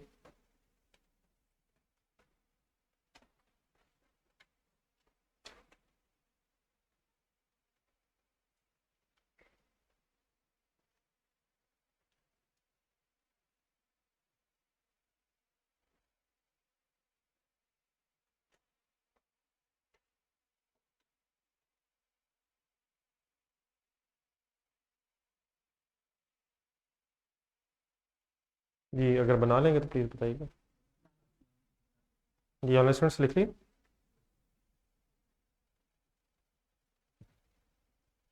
एनी कन्फ्यूजन है? अब एक सेकंड पिछले पेज पे जाए। अभी क्योंकि हमने रिक्वायरमेंट ए में जॉइंट कॉस्ट कैलकुलेट करनी है, ऐसे ही ऐसे ही, तो इसलिए मैं अभी फर्दर डिपार्टमेंट बी की इस वक्त वर्किंग नहीं कर रहा, और एग्जैक्टली उस वक्त करूंगा जब जरूरत पड़ेगी। ठीक है। तो अब ज़रा अपनी पिछली फिगर ज़रा देखें कि 90 लाख आया था, और अब कंसंट्रेट किया करें, चीज़ें अब रिपीट होना शुरू हो गई। 90 lakh according to this diagram initially कितने केजीज का खर्चा है? प्लीज सर कितने केजीज का खर्चा है सर? 75,000 केजीज का इनिशियली खर्चा है, लेकिन क्या उसमें फिर 9,000 नॉर्मल लॉस है? क्या नॉर्मल लॉस पे कॉस्ट इंकर होती है लेकिन उसे एलोकेट नहीं होती है? लेकिन क्वेश्चन में इस नॉर्मल लॉस की रिकवरी वैल्यू भी नहीं है इस सवाल में। देख लें देख लें। तो नॉर्मल लॉस को अब कॉस्ट एलोकेट होनी नहीं है और रिकवरी वैल्यू है नहीं है, इसलिए इस नॉर्मल लॉस ने कंप्लीटली इग्नोर हो जाना है। विच मीन्स अब जो 90 लाख रुपीस हैं बस वो 66,000 केजीज की कॉस्ट रह जाएगी। बात सही है सर मेरी? डेफिनेटली अगर रिकवरी वैल्यू होती तो वैसे ही लेस करते जैसे अभी पिछले क्वेश्चन में किया था। तो क्या ये 90 लाख फाइनली जॉइंट कॉस्ट ही है जिसने पोलन और स्टिग्मा पे एलोकेट होना है? क्या ये 75,000 की केजीज की कॉस्ट नहीं है? लेकिन नॉर्मल लॉस का जो इसके अंदर है उसकी कॉस्ट भी अब पोलन और स्टिग्मा में ही एलोकेट हो जानी है। तो रिकवरी वैल्यू ना होने की वजह से, और इस क्वेश्चन में बाय प्रोडक्ट भी कोई नहीं है, पोलन बाय प्रोडक्ट है या स्टिग्मा? इस क्वेश्चन में बाय प्रोडक्ट की कोई इंफॉर्मेशन नहीं है, नॉर्मल लॉस की कॉस्ट एलोकेट होनी नहीं थी, रिकवरी वैल्यू है नहीं। तो यही जो टोटल हमने लिखा है यही टोटल जॉइंट कॉस्ट भी है जिसने अब पोलन और स्टिग्मा में on the basis of NRV allocate होना है। Any confusion please? एक सेकंड पिछला आंसर ढूंढने जरा, क्वेश्चन नंबर 3 में जो कर रहे थे हम, वहां तो यार मैंने 13,45,000 में से फिर कुछ लेस भी किया था यार। वहाँ नॉर्मल लॉस भी की भी रिकवरी वैल्यू थी, वहाँ बाय प्रोडक्ट भी थी जिसकी रिकवरी वैल्यू थी, तो लेस करके हम जॉइंट कॉस्ट तक आए थे। यहाँ नॉर्मल लॉस है तो सही लेकिन उसकी किसी रिकवरी वैल्यू की इन्फॉर्मेशन नहीं है, इसलिए वो वैसे ही कंप्लीटली इग्नोर हो गया, और बाय प्रोडक्ट की इंफॉर्मेशन भी अवेलेबल नहीं है। ओके है सर? ये कॉस्ट 75,000 केजीज की है, लेकिन अब बस ये एलोकेट हो जाएगी 66,000 KGs of alpha sorry pollen and stigma based on their NRV। Any confusion sir? Any confusion sir? चलें अब रिक्वायरमेंट का दूसरे हिस्से पे आ जाए। इसी के रिक्वायरमेंट की अब अपोर्शनमेंट करनी है, तो अपोर्शनमेंट के लिए क्या करें? क्या करें सर? एलोकेशन टेबल बनवाएं।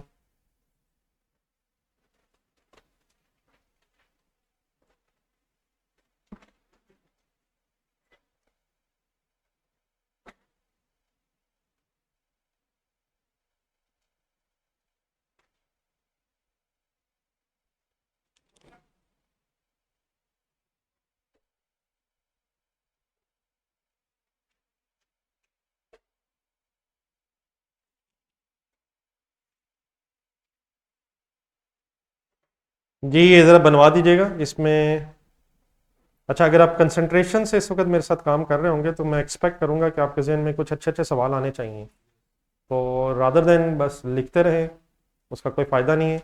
अच्छा है, कुछ जो चीज़ें आपको डिस्टर्ब कर रही हैं वो इसी वक्त रिजॉल्व हो जाए, ताकि फिर नेक्स्ट क्वेश्चंस में आपको कोई प्रॉब्लम ना आए। थोड़ा सा बनवा दें ज़रा, आपके सामने ही है ज़रा। समटाइम कॉलम भी ज़्यादा हो जाते हैं तो फिर स्पेस का डिसीजन भी समटाइम्स लेना पड़ता है। तो थोड़ा सा करवा देंगे तो आपका पता चलेगा कि कितनी जगह चाहिए। जी अब यहाँ पे मैं कुछ क्वेश्चंस आपके एक्सपेक्ट करूँगा, तो एक एक बात ज़रा चाहूँगा आपकी तरफ से ही आए। प्रोडक्ट्स के नाम बताएं। Any confusion? Quantity means units produce पता है। अब जितनी फिगर्स हमें चाहिए थे अवेलेबल हैं, वैसे क्वेश्चन में भी हैं, वर्किंग भी की हुई है। पोलन की quantity produced 42,900, okay. And stigma 23,100। Any confusion? अगर क्वांटिटी मेथड होता तो यहीं से टोटल होता, और कितना एलोकेट हो जाता। अमाउंट बताएं जिसने एलोकेट होना। 90 लाख ने एलोकेट होना अगर क्वांटिटी मेथड होता। लेकिन हमारा कौन सा मेथड है? एनआरबी मेथड में पहले क्या बनाना है? Sale value at split off बनाना है। तो यूनिट्स प्रोड्यूस मैंने लिखा है। नेक्स्ट कॉलम में क्या लिखूं? Cell price per KG.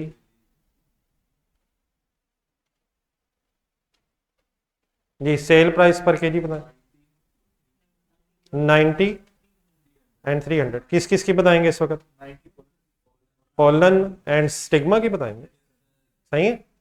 Any confusion? Any confusion? Any confusion? Any confusion? Joint products के नाम क्या हैं? Pollen and stigma. इसलिए मैंने कहा था नाम पहले सोचना है, पोलन लिखूं या सीड। तो लिखवाना था ना, फिर मैं तो इतनी दूर चला गया। सीड लिखवा देते हैं सर। पोलन लिखूं या सीड?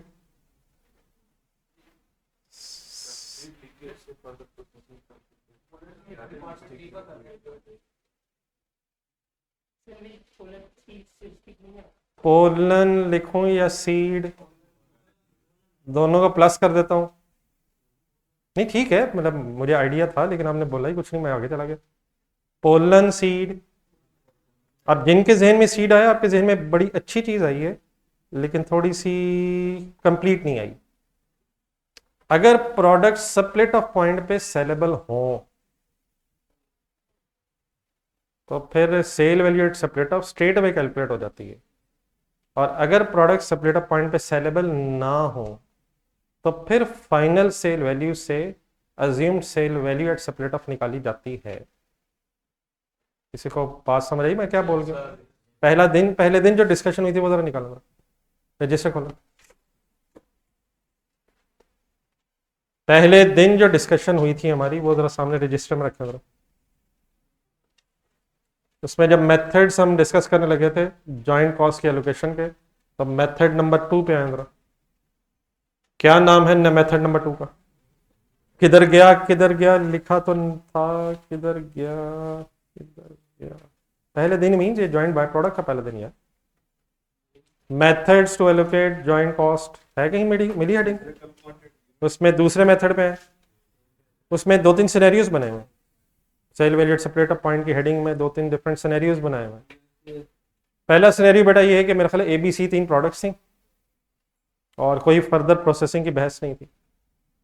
देख रहे हैं जिनको मिल रहा है? तो एज इट इज हमने उन फिगर्स को यूज कर लिया। सेकेंड एग्जाम्पल देखें। तीनों प्रोडक्ट्स ABC मेरे ख्याल में नाम रखे होंगे, तीनों प्रोडक्ट्स फर्दर प्रोसेस होने के बाद सेल हो रही हैं। क्या किया फिर हमने? फाइनल सेल वैल्यू निकाली और फर्दर प्रोसेसिंग कॉस्ट लेस करके sale value at separate of find out की। प्लीज किसी को भी नहीं मिल रहा सर? और थर्ड सिनेरियो एक छोटा सा ऐसे बनाया था, मेरे ख्याल उसके इर्द गिर्द लिखा कुछ नहीं था।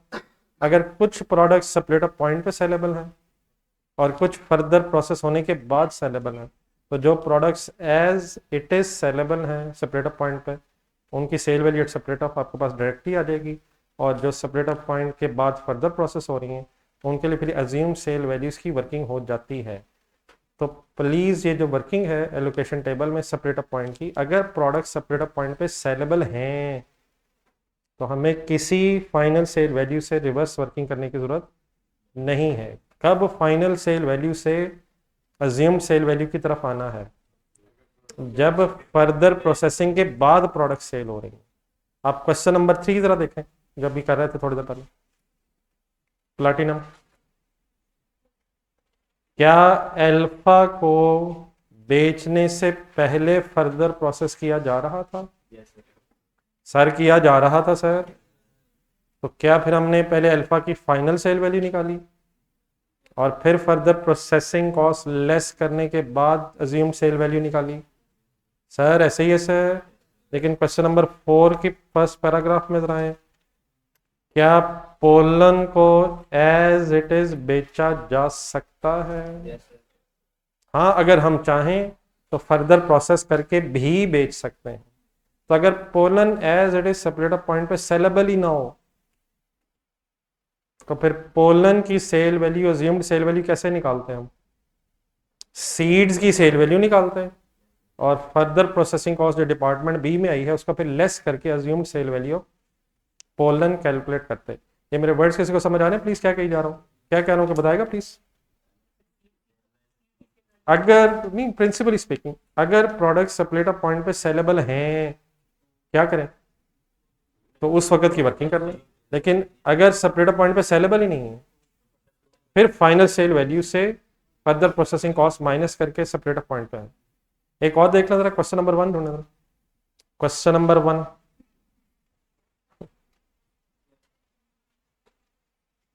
क्वेश्चन नंबर 1 की डायग्राम ढूंढ लेते हैं।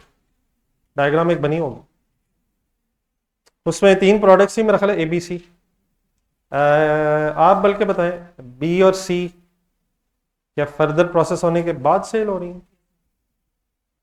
डिपार्टमेंट बी और डिपार्टमेंट सी, सॉरी प्रोडक्ट्स के नाम A B C, department 2 and 3, sorry department 2 में प्रोडक्ट बी फर्दर प्रोसेस हो रही है और डिपार्टमेंट 3 में सी की फर्दर प्रोसेसिंग है। अब आप नीचे अगर एलोकेशन टेबल देखेंगे तो हमने बी और सी के लिए फिर अज्यूम्ड सेल वैल्यू की वर्किंग की हुई है। उसमें हमें क्वेश्चन में कहा गया था, अगर आपने देखना तो क्वेश्चन में मैं सामने कर देता हूँ कि हमने ये क्वेश्चन में बताया गया था कि बी और सी को बेचने से पहले फर्दर प्रोसेस किया जाता है। ऊपर सेकंड लाइन अभी आ जाएगी आपके सामने, just a second, second line से पढ़ा। ए इज सोल्ड, मिल गया कहाँ? ए इज सोल्ड, आगे आगे आगे, at separate of point with no further processing. B and C requires further processing before being sold. तो बेचने से पहले फर्दर प्रोसेसिंग है, इट मीन जो सेल वैल्यू आपके पास आएगी तो फिर फाइनल सेल वैल्यू आएगी। और सिमिलरली ये जो क्वेश्चन नंबर 3 हुआ था इसमें भी अगर देखना तो अल्फा को बेचने से पहले हम फर्दर प्रोसेस कर रहे थे। लेकिन ये जो क्वेश्चन नंबर 4 है, क्या पोलन को बेचने से पहले सीड बनाना जरूरी है? अब यहाँ पोलन को एज इट इज भी बेचा जा सकता है और यकीनन फर्दर प्रोसेस भी किया जा सकता है। तो क्योंकि पोलन को एज इट इज बेचा जा सकता है तो for the purpose of allocation हमारे पास पोलन की सेल वैल्यूज अवेलेबल है, तो उसी पे एलोकेट कर देंगे। हमें किसी अज्यूम्ड सेल वैल्यू की तरफ जाने की जरूरत नहीं है। आप फाइनली बताएंगे इस केस में कब जाने की जरूरत होती? सर कब होती यार, कब प्लीज होती यार, कब होती यार प्लीज, कब होती यार? होती होगी, किसे होती होगी प्लीज? अगर अगर अगर सर अगर अगर पोलन सेपरेट ऑफ पॉइंट पे सेलेबल ही नहीं हो तो फिर पोलन की सेल वैल्यू नहीं होगी। हमें सीड से एक रिवर्स वर्किंग करके पोलन की तरफ आना पड़ेगा अज्यूम सेल वैल्यू निकाल के। ठीक है प्लीज, अब क्लियर हो गया? तो अच्छा है आपका ये सवाल, तो मैं एक्सपेक्ट कर रहा था, मैंने आपको पहले भी कहा था कि मैं ये वर्किंग करते हुए आपके जहन में कुछ क्वेश्चंस को एक्सपेक्ट कर रहा हूँ, तो वो ज़रूर प्लीज़ आप पूछते जाएं ज़रा। और ख़ुद इसलिए नहीं पहले बताऊंगा ताकि आप खुद भी सोचें। अब ठीक है please, pollen and stigma joint products हैं और दोनों जॉइंट प्रोडक्ट्स सेलेबल हैं एट सेपरेट ऑफ पॉइंट। चलो आगे जी। अब नेक्स्ट कॉलम का नाम, बल्कि यहाँ मैं एक और क्वेश्चन एक्सपेक्ट कर रहा हूँ इन 2 कॉलम्स में। Any confusion with the name of the products? अब ठीक है नहीं प्लीज यहाँ तक? Any confusion? जी चले फिर नेक्स्ट कॉलम का नाम बनाओ। नाम ही बना दें यार, नाम ही बना दें प्लीज। जी बोले बोले, हल्का सा क्या सुना अभी मुझे? अब बेटा यहाँ फाइनल सेल वैल्यू कहना कंपलसरी नहीं है। क्या ये sale value at split off ही आएगी, या इसमें से भी फर्दर प्रोसेसिंग कॉस्ट माइनस होनी है? तो मेरे ख्याल है वर्ड्स को एडजस्ट करते हैं अकॉर्डिंगली। क्या ये sale value at split off ही आएगी? क्या पोलन एंड स्टिग्मा को स्प्लिट ऑफ पॉइंट पे बेचा जा सकता है? फाइनल वर्ड क्यों नहीं लगा रहा? फाइनल ही है ये एज इट इज ही फाइनल है, अनलेस हम सीड को से रिवर्स वर्किंग कर रहे होते हैं। जी आंसर। आप फिर लिखने की तरफ चले गए और लिखने की बस बहस रह गई है। हालांकि मैंने आपसे रिक्वेस्ट की थी थोड़ा सा सोच लें। सोचना इज मोर इंपॉर्टेंट देन कि देख के बस लिखी जाना। प्लीज कैलकुलेटर किधर गया यार, उधर ही साइड में चला गया जरा। 388,61,000 लग रहा है यार। ठीक है यार, सही होगा सर। नेक्स्ट फिगर बताइएगा सर। 69,6930,000। जी फिगर छोड़ें बस, ठीक है जो आनी थी मेरे ख्याल ठीक आ गई है। जी क्या है ये प्लीज इसका नाम? Sale value at separate up point. अब मैं नेक्स्ट फर्दर प्रोसेसिंग कॉस्ट का कॉलम बनाऊंगा। यार पिछले सवालों में तो बना रहा था यार। क्या डिफरेंस है? यहाँ both products are saleable at separate of, तो हमें अब सिंपली शायद इसी का टोटल करना है और एलोकेशन करनी है, लेकिन जल्दी कर रहे हैं, फिर लिखने की जल्दी कर रहे हैं, अभी भी स्टेप तो रहता है। क्या ये sale value at separate off final है sir? Sale value at separate off final है। फर्दर प्रोसेसिंग कॉस्ट क्यों नहीं माइनस कर रहा? क्योंकि सेपरेट ऑफ पॉइंट की ही सेल वैल्यू हमें एज इट इज मिल गई है। हाँ क्योंकि अब मेथड एनआरबी है, तो बस एक स्टेप अभी कौन सा रहता है? सेलिंग एक्सपेंसेस अवेलेबल है, तो सेलिंग एक्सपेंसेस अब लेस करके मैं एनआरवी निकालूंगा। उसके बाद फिर एनआरवी इसके टोटल के बेस पे एलोकेशन करेंगे। लेकिन इसमें भी एक मसला है, खतरनाक काम हो सकता है। जरा सेलिंग एक्सपेंसेस बताएं मुझे। किसके बताएंगे? किसके बताएंगे? पोलन के कितने हैं? स्टिग्मा के कितने हैं? यार सीड्स के भी तो हैं, लेकिन वो इस वक्त बहस में नहीं है। ठीक है, पोलन एंड स्टिग्मा की बहस इस वक्त जारी है। जी अब एनआरवी कैसे आएगी यहां से? Sale value separate of minus selling expenses is equal to 3726,000 and जी प्लीज एनी कंफ्यूजन? इसका बेटा टोटल करें। अब आप कंप्लीट करें, मुझे बस ये बता दें अमाउंट कितनी है जिसे आपने एलोकेट करना है। ये चीज़ फाइनल रखें, ये जो भी वर्किंग हो रही है वो हो रही है ठीक है, लेकिन पता होना चाहिए कर क्या रहे हैं। जी जॉइंट कॉस्ट टोटल कितनी थी? अपने ही समझे सर, पैसे अपने ही समझे, कहाँ 9 लाख और कहाँ एक जीरो। माशाल्लाह अमीर हो गए। करें जी कंप्लीट।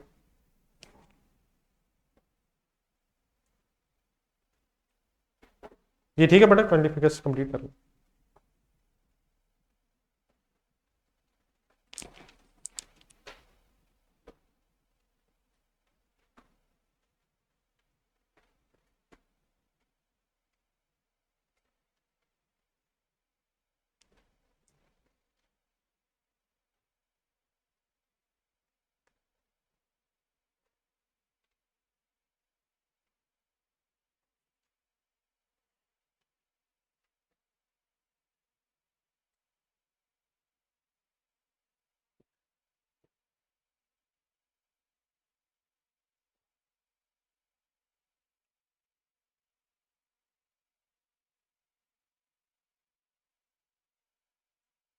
ये जरा फुरकान को देखिएगा, फुरकान है उसे कहिएगा जल्दी से आएगा।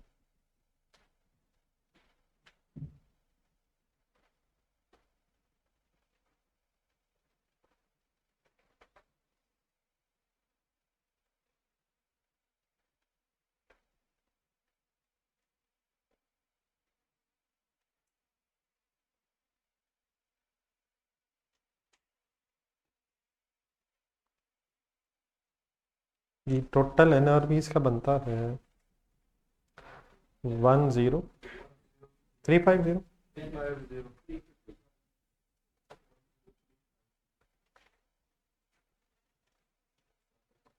3726, एक आध वर्किंग लिख लिया करेंगे, बाकी ठीक है कैलकुलेटर पे सॉल्व करो।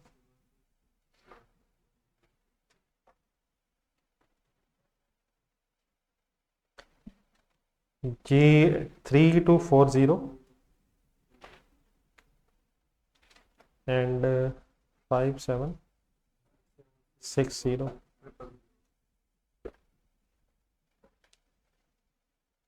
जी एटलीस्ट ये लोकेशन खुद से हो जाती है सर।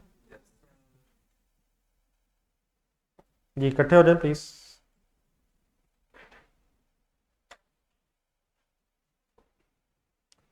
लोग लोग लिख चुके हैं, जरा रिक्वायरमेंट ए पढ़ के देखें कंप्लीट होगी।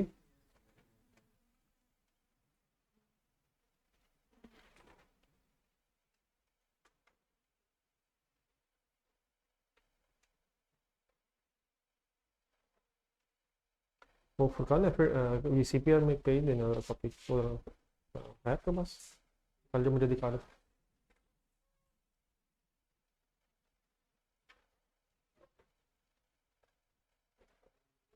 जी कंप्लीट हो गया सर। चले सर जी, रिक्वायरमेंट है बस मेरा ख्याल यही थी, जॉइंट कॉस्ट कैलकुलेट होनी थी और उसकी apportionment between the two products. चलूँ आगे। जी any confusion with respect to requirement है जी ऑनलाइन स्टूडेंट्स आपकी? चले पढ़ें जी फिर रिक्वायरमेंट की दोबारा। Advise CL whether it should produce seeds or sell pollen without further processing। आपसे एक एडवाइस मांगी जा रही है कि क्लोन लिमिटेड क्या पोलन को एज इट इज भेज दे या पोलन्स को पहले सीड्स में कन्वर्ट करके बेचे। जी क्या जहन कहता है? वर्किंग करनी पड़ेगी सी, थोड़ी सी हेल्प करें जरा, किस चीज की वर्किंग करनी पड़ेगी, किस किस के प्रॉफिट की? एक वर्किंग करनी पड़ेगी कि अगर पोलन को एज इट इज भेज दें तो प्रॉफिट क्या होगा, और फिर उसको किससे कंपेयर करेंगे कि अगर पोलन को सीड्स में कन्वर्ट करके बेचेंगे तो कितनी सेल एक्सपेंसेस वगैरह होंगे। तो आज जरा हेडिंग बनाएं,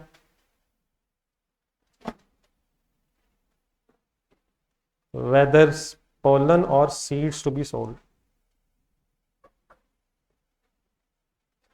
अपना बिजनेस समझें, आप पोलन एज इट इज बेच देंगे या सीड्स में कन्वर्ट करके बेचेंगे। आप पहले डिसीजन लेते हुए देखेंगे कि प्रॉफिटेबिलिटी कहाँ है। तो एक हेडिंग छोटी सी बना लें जरा, whether CL should cell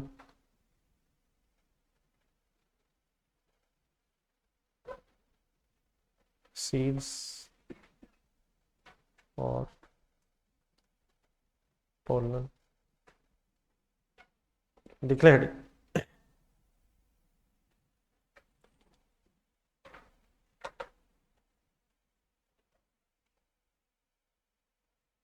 any confusion sir? जी पहले किसकी वर्किंग करना? पोलन की फिगर्स हैं शायद, पहले पोलन की वर्किंग करना। तो प्रॉफिटेबिलिटी एक सब हेडिंग बना लें इसके नीचे, प्रॉफिटेबिलिटी एफ। जी अब दो चॉइसेस है ना मेरे पास, तो 1 2 कर। If pollens are sold without further processing,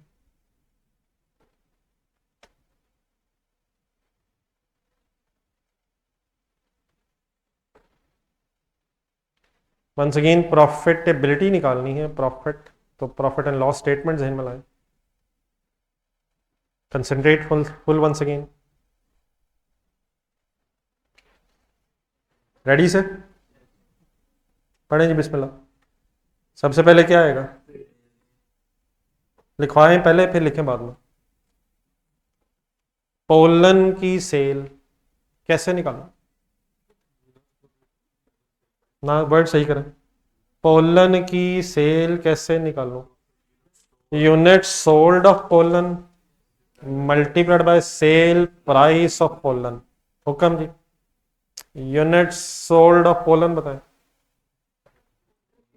please बता दें यार, कोई तो बता दे यार। क्या जितने बन रहे हैं वही सेल हो रहे हैं? वंस अगेन स्टॉक्स की इंफॉर्मेशन नहीं है सवाल में। जी क्वांटिटी बताएं कितनी बनी थी। 4900, ठीक है सर। और भी अज्यूम कि वही सेल हुई है क्योंकि स्टॉक्स का डाटा नहीं है। जी 1 unit has a sale price of 90। Answer 3861,000।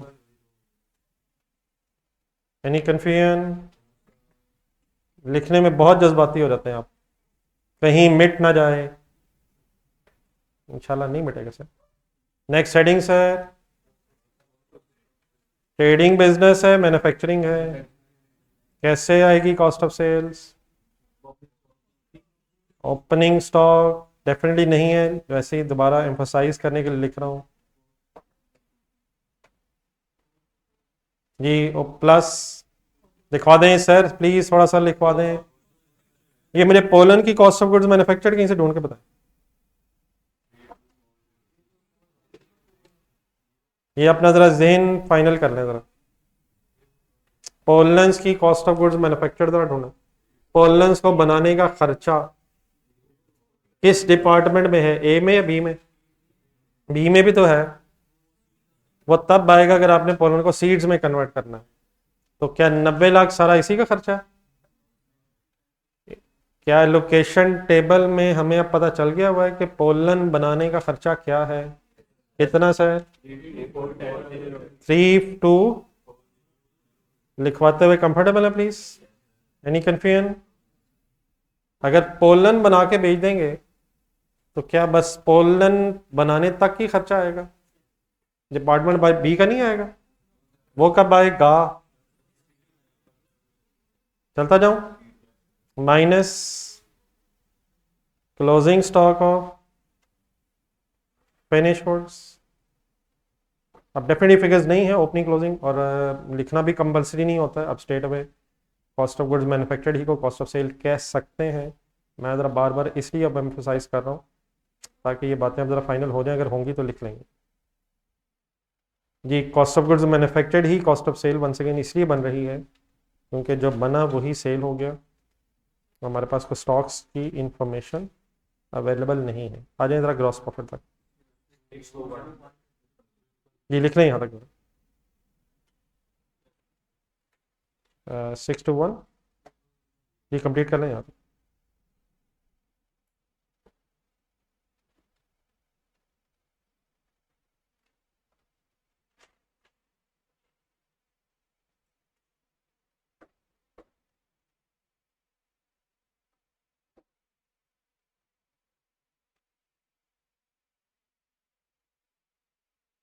Ji sorry, पर ये जो मेरी हेडिंग में ज़रा वर्ड्स ज़रा कम रह गए, ये सॉरी ज़रा सही कर लीजिएगा। आपने हो सकता अपनी लिखी हो। Pollens are sold without further process, definitely ऊपर मेरे वर्ड ज़रा लिखने रह गए थे।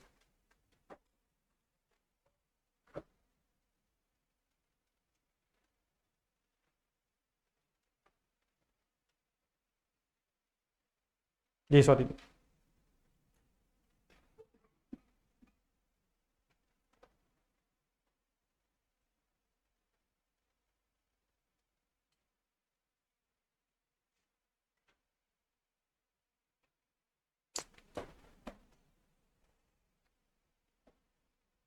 जी हो गया जी यहाँ तक। बट आप प्लीज़ इस सवाल को ज़रा थोड़ा सा रिकन्सिडर करें, कंसंट्रेट करें। 3240,000 में कोई सेलिंग एक्सपेंसेस माइनस नहीं हुए। चलिए जी आगे जी, वो ख़तरनाक सवाल आना शुरू हो गए हैं जिसकी मुझे एक्सपेक्टेशंस थी, लेकिन इस लम्हे वैसे नहीं थी। 5 मिनट बाद थी, लेकिन चलें छोड़ दें जी लिखना जहाँ भी। एक सेकंड, एलोकेशन टेबल पे है, मेरे सामने एक क्वेश्चन आया, ज़रा आपके सामने रखता हूँ और उसका ज़रा आपसे पहले आंसर पता चले ताकि मुझे ज़रा आइडिया हो कि मुझे किस तरह से ज़रा एक्सप्लेन करना है। जी ज़रा एलोकेशन टेबल प्लीज़ अपना ज़रा रजिस्टर वाला भी सामने रखना ज़रा। मुझे कहा यह गया है, गौर से ज़रा मेरी बात सुनिएगा प्लीज़ ज़रा। आखिरी कॉलम जरा देखें।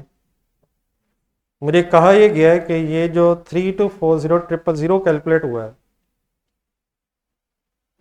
इसके अंदर से सेलिंग एक्सपेंसेस माइनस हुए हैं और कॉस्ट ऑफ गुड्स मैन्युफैक्चर्ड में से सेलिंग एक्सपेंसेस तो माइनस नहीं होते। तो ये बात तो सही है, कॉस्ट ऑफ गुड्स मैन्युफैक्चर्ड अलग होती है सर। सर और प्रॉफिट एंड लॉस स्टेटमेंट में सेलिंग एक्सपेंसेस लेता होते हैं। तो मुझे कहा यह गया है कि ये 3240 जो मैंने आपको कॉस्ट ऑफ गुड्स मैन्युफैक्चर्ड में लिखवा दी है, इसमें तो सेलिंग एक्सपेंसेस माइनस है। माइनस है तो सही, इसमें से तो बेटा माइनस नहीं है। 90 लाख जरा ढूंढे, 90 लाख क्या है सर? क्या है सर? मटेरियल लेबर ओवरहेड्स है सर, मैन्युफैक्चरिंग कॉस्ट है।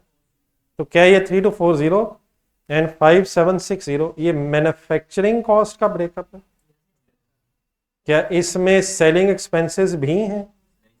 हाँ, इस अमाउंट को कैलकुलेट करने के लिए जिन फिगर्स को हमने यूज किया, सेकंड लास्ट कॉलम देखें, किस फिगर को यूज किया? तो उस फिगर से तो जस्ट हमने एलोकेशन की है।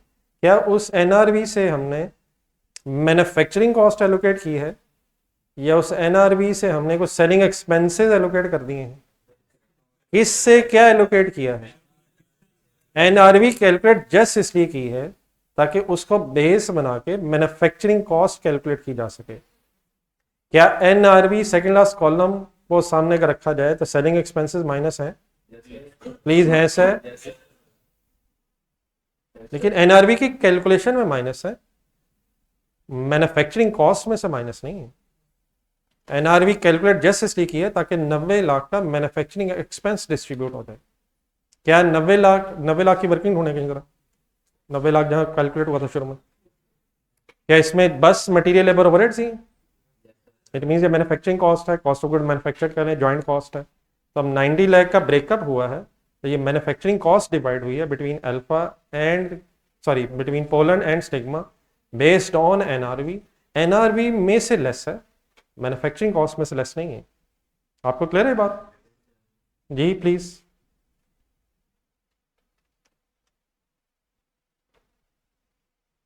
तो डेफिनेटली मैन्युफैक्चरिंग एक्सपेंसेस अलग आने चाहिए और सेलिंग अलग आना चाहिए। तो इस वक्त हमारी कॉस्ट ऑफ गुड्स मैन्युफैक्चर्ड में मैन्युफैक्चरिंग कॉस्ट ऑफ इस वक्त हमारी स्टेटमेंट ऑफ प्रॉफिट लॉस में कॉस्ट ऑफ गुड्स मैन्युफैक्चर्ड जो आ रही है उसमें से सेलिंग एक्सपेंसेस प्लीज लेस नहीं है। हाँ, उसे एलोकेट करते हुए बिटवीन द प्रोडक्ट्स हमने जो एनआरवी कैलकुलेट की थी उसमें से सेलिंग एक्सपेंसेस लेस करके वर्किंग की थी।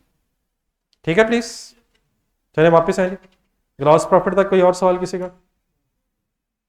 लेकिन अब एक और प्लीज इंपॉर्टेंट चीज आने वाली, उसको भी जरा सही तरह सोच लें। क्वेश्चन देखें हम, बल्कि सॉरी पर पहले रिक्वायरमेंट देखें जो इस वक्त हम सॉल्व करें। प्रॉफिटेबिलिटी निकाल रहे हैं तो क्या ग्रॉस प्रॉफिट के बाद कोई चीज आनी? ग्रॉस प्रॉफिट के बाद कुछ आना है सर? क्या आना है? किसके सेलिंग एक्सपेंसेस आने हैं? जी सेलिंग एक्सपेंसेस लेस करो, selling expenses of pollen less करूं। यार वो तो ऑलरेडी लेस हो गए हैं।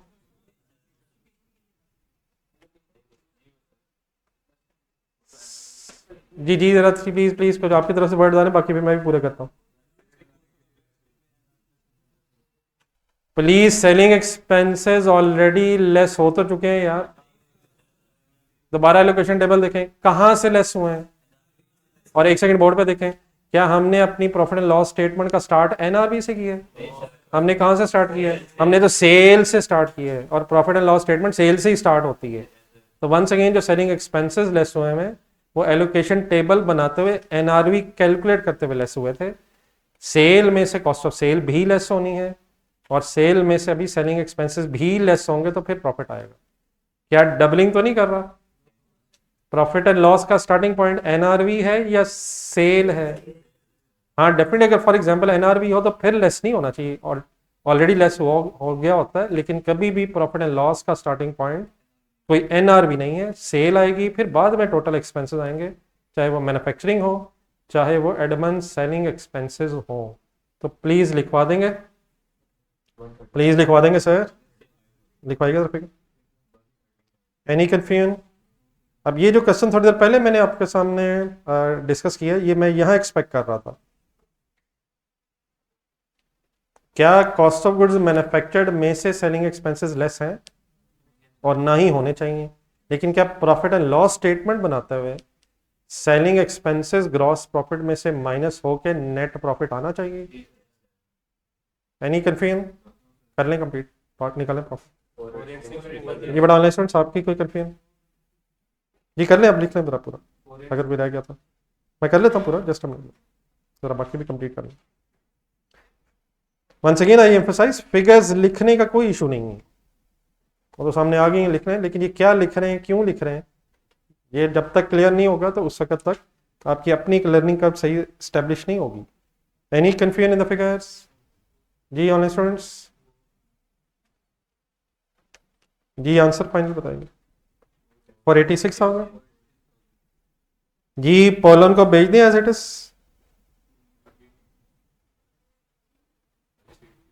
पोलन एज इट इज भेज दें सर, यार प्रॉफिट हो तो रहा है सर, लेकिन अभी क्या चेक करना चाहिए, क्योंकि हो सकता है किसका प्रॉफिट किससे ज्यादा आ जाए। सीड का प्रॉफिट पोलन से ज्यादा आ जाए तो डेफिनेटली फिर हो सकता है कि हमारा फाइनल डिसीजन ये हो कि सीड्स को फर्दर, पोलन को फर्दर प्रोसेस करके सीड्स बेचना बेनिफिशियल है। यहाँ तक इकट्ठे हो जाए, फिर अभी टाइम है जरा, थोड़ी सी वर्किंग कर लेते हैं, थोड़ा सा टाइम लगेगा शायद। यहाँ तक प्लीज कंफ्यूजन?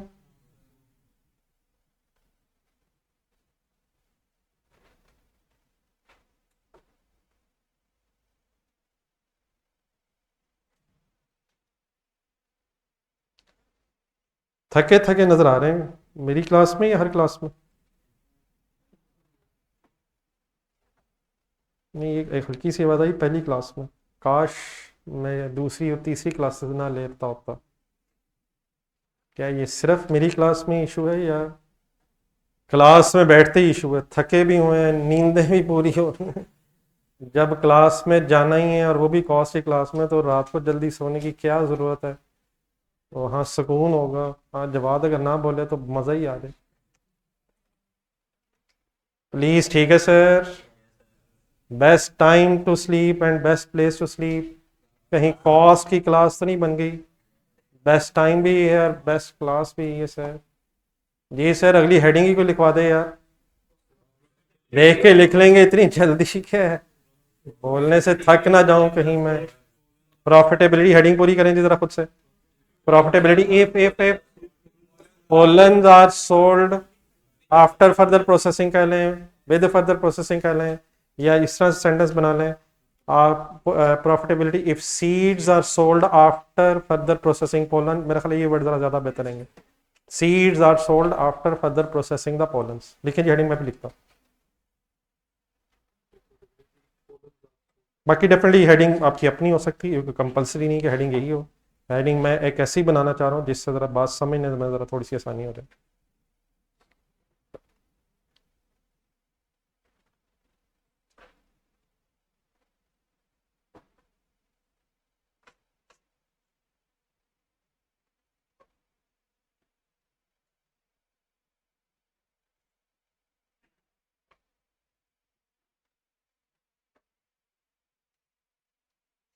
आप ज़रा थोड़ा सा क्वेश्चन देख के ज़रा सोचने की कोशिश करें, मैं जस्ट एक मिनट ज़रा स्पेस क्रिएट कर लूँ लिखने की। आप अपना ज़रा जहन बना लें कि अगर हमने पोलन से सीड्स की तरफ जाना है तो फिर कितने यूनिट सेल होंगे, किस कोई एक्स्ट्रा वर्किंग करने की ज़रूरत पड़ेगी या नहीं पड़ेगी, पहले ये ज़रा जहन बना लें ज़रा। एलोकेशन टेबल रिवाइज करने की ज़रूरत पड़ेगी या नहीं पड़ेगी, ये सब कुछ ज़रा सोच लें ज़रा। जी हेडिंग क्या बना ली आपने, मैं भी वही लिख देता हूँ। Profitability if seeds are sold after, if seeds are sold after further processing of pollens। जी फुल कंसंट्रेशन वंस अगेन चाहिए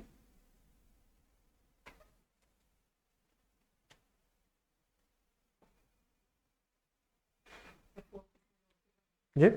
जी जी एक सेकंड जस्ट अ मिनट। जी करें जी डिस्कशन स्टार्ट। जी क्वेश्चन देखें जी प्लीज, क्वेश्चन देखें और जो एक डायग्राम बनाई थी उसको साथ रखें। पोलन के कितने यूनिट्स कितने केजीज बने हैं प्लीज, कितने बने यार? तो क्या जितने केजीज पोलन के हैं उतने ही सीड्स के भी बन जाएंगे? पोलैंड ने अब किस डिपार्टमेंट में जाना है? डिपार्टमेंट बी में जाना है। अब क्वेश्चन का डाटा देखना शुरू करें पहले तो। क्या डिपार्टमेंट बी में कुछ फर्दर फिर मटेरियल भी ऐड होना है? yes, और क्या नीचे जाए टेबल के एंड में, क्या डिपार्टमेंट बी में फिर कुछ लॉस भी होना है? फिर उसके बाद पता चला कि सीड कितने बनेंगे। अब थोड़ी सी जरा पहले वर्किंग फाइनल करने, जरा डायग्राम में जरा ये डायग्राम अगर कंप्लीट कर लें तो फिर जरा समझने में जरा और आसानी हो जाएगी। आज पहले ये जरा डायग्राम कंप्लीट कर लें विद रिस्पेक्ट टू सीड्स, और ये भी जरा कंप्लीट करने का मतलब जरा करवा दें पहले जी। पोलन की फर्दर प्रोसेसिंग होनी है डिपार्टमेंट बी में। आपने प्लीज पहले फिगर्स देखनी है कि क्या हो रहा है। अगर बेटा सीड्स बनने हैं, कंसंट्रेशन ऑफ फुल जरा, अगर सीड्स बनने हैं तो क्या pollen sort of raw material हो जाएगा? यकीनन पोलन एक फिनिश गुड्स है, लेकिन it become sort of a raw material for the purpose of seeds. क्या पोलन के अब 42,900 केजीज इनपुट होगी, लेकिन क्या इस इनपुट में कुछ और इनपुट भी ऐड होगी? आप देखें डिपार्टमेंट बी का जरा डाटा, डेफिनेटली उसकी रुपीज भी है और रुपीज की वर्किंग कर लेंगे। पहले जरा क्वांटिटी की बात करना जरा। तो इसको मैं एक फर्दर इनपुट के एंगल से यहां दिखाना चाह रहा हूं आपको। मटेरियल वाई था, कितनी क्वांटिटी है ये? 12,000 केजी। इट मींस 42,900 भी इनपुट है, और लेकिन पोलर्स में फिर ये मटेरियल वाई भी इनपुट के तौर पे ऐड होना है। कैलकुलेटर पकड़ा, टोटल इनपुट क्वांटिटी कितनी बन जाएगी? Please please working working working please. कितनी हो जाएगी, कितनी हो जाएगी? कौन सी फिगर्स प्लस हो रही हैं? 42,900 प्लस 12,000 टोटल हो जाएगा 54,900। क्या ये टोटल अब इनपुट आ गई? प्लीज ठीक है सर। अब टेबल का एंड दें जरा, कितने परसेंट लॉस एक्सपेक्टेड है? तो नॉर्मल लॉस की क्वांटिटी कैसे कैलकुलेट करो? 42,900 प्लस 12,000, मैं डेफिनेटली वर्किंग दोबारा लिख रहा हूँ आपको एम्फोसाइज करने के लिए, मल्टीप्लाइड बाय 4%। ठीक है, ये सबको भी ये पता चल रहा है 54,900 अब टोटल इनपुट हो गई। तो 4% क्वांटिटी बताएं प्लीज, बता दें। 2196। अब बताएं कि आउटपुट फिर कितनी होगी, ये कैसे निकाली जा सकती है? 54,900 माइनस 2196, बैलेंसिंग फिगर क्या बन रही है? 52। अब ये 52,704 फिर क्या बन रहा है? ये फिर सीड्स की क्वांटिटी है। ये कैसे सॉल्व हुई है जी? दो तरीके हो सकते हैं, 54,900 माइनस 21,960, या ऑल्टरनेटिवली आप 96% भी कर सकते हैं। किसका 96%? ये पहले वर्किंग कर लें प्लीज बेटा, कर लें वर्किंग, कर लें कर लें, हर एंगल से वर्किंग चेक करें, हर एंगल से वर्किंग चेक करके अपने को पहले कंफर्टेबल करें प्लीज। 96% समझ आ रहा है किसी को? 4% लॉस है तो 96% फिर आउटपुट भी निकाली जा सकती है। What is the total quantity of pollen input? 42,900, लेकिन क्वेश्चन में कहा गया है कि मटेरियल वाई भी ऐड होना है, उसकी क्वांटिटी 12,000 है, टोटल क्वांटिटी 54,900 हो गई। उसका 4% करेंगे तो नॉर्मल लॉस आ जाएगा, 96% करेंगे तो सीड्स की क्वांटिटी भी आ जाएगी। बैलेंसिंग भी निकाला जा सकता है माइनस करके, और परसेंटेज भी यूज की जा सकती है। कंप्लीट कर ले प्लीज।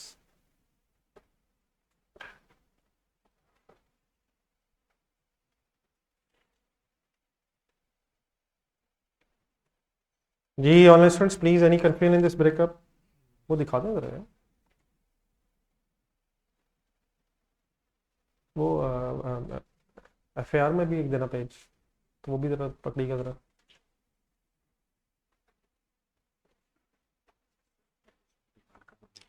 वो तो हो गया ना ये। ये बंदा ठीक है, करवाने सेट करवाने करवा लिया। मैं तो इतने दिन से वेट कर रहा था, मुझे याद ही नहीं करवाया।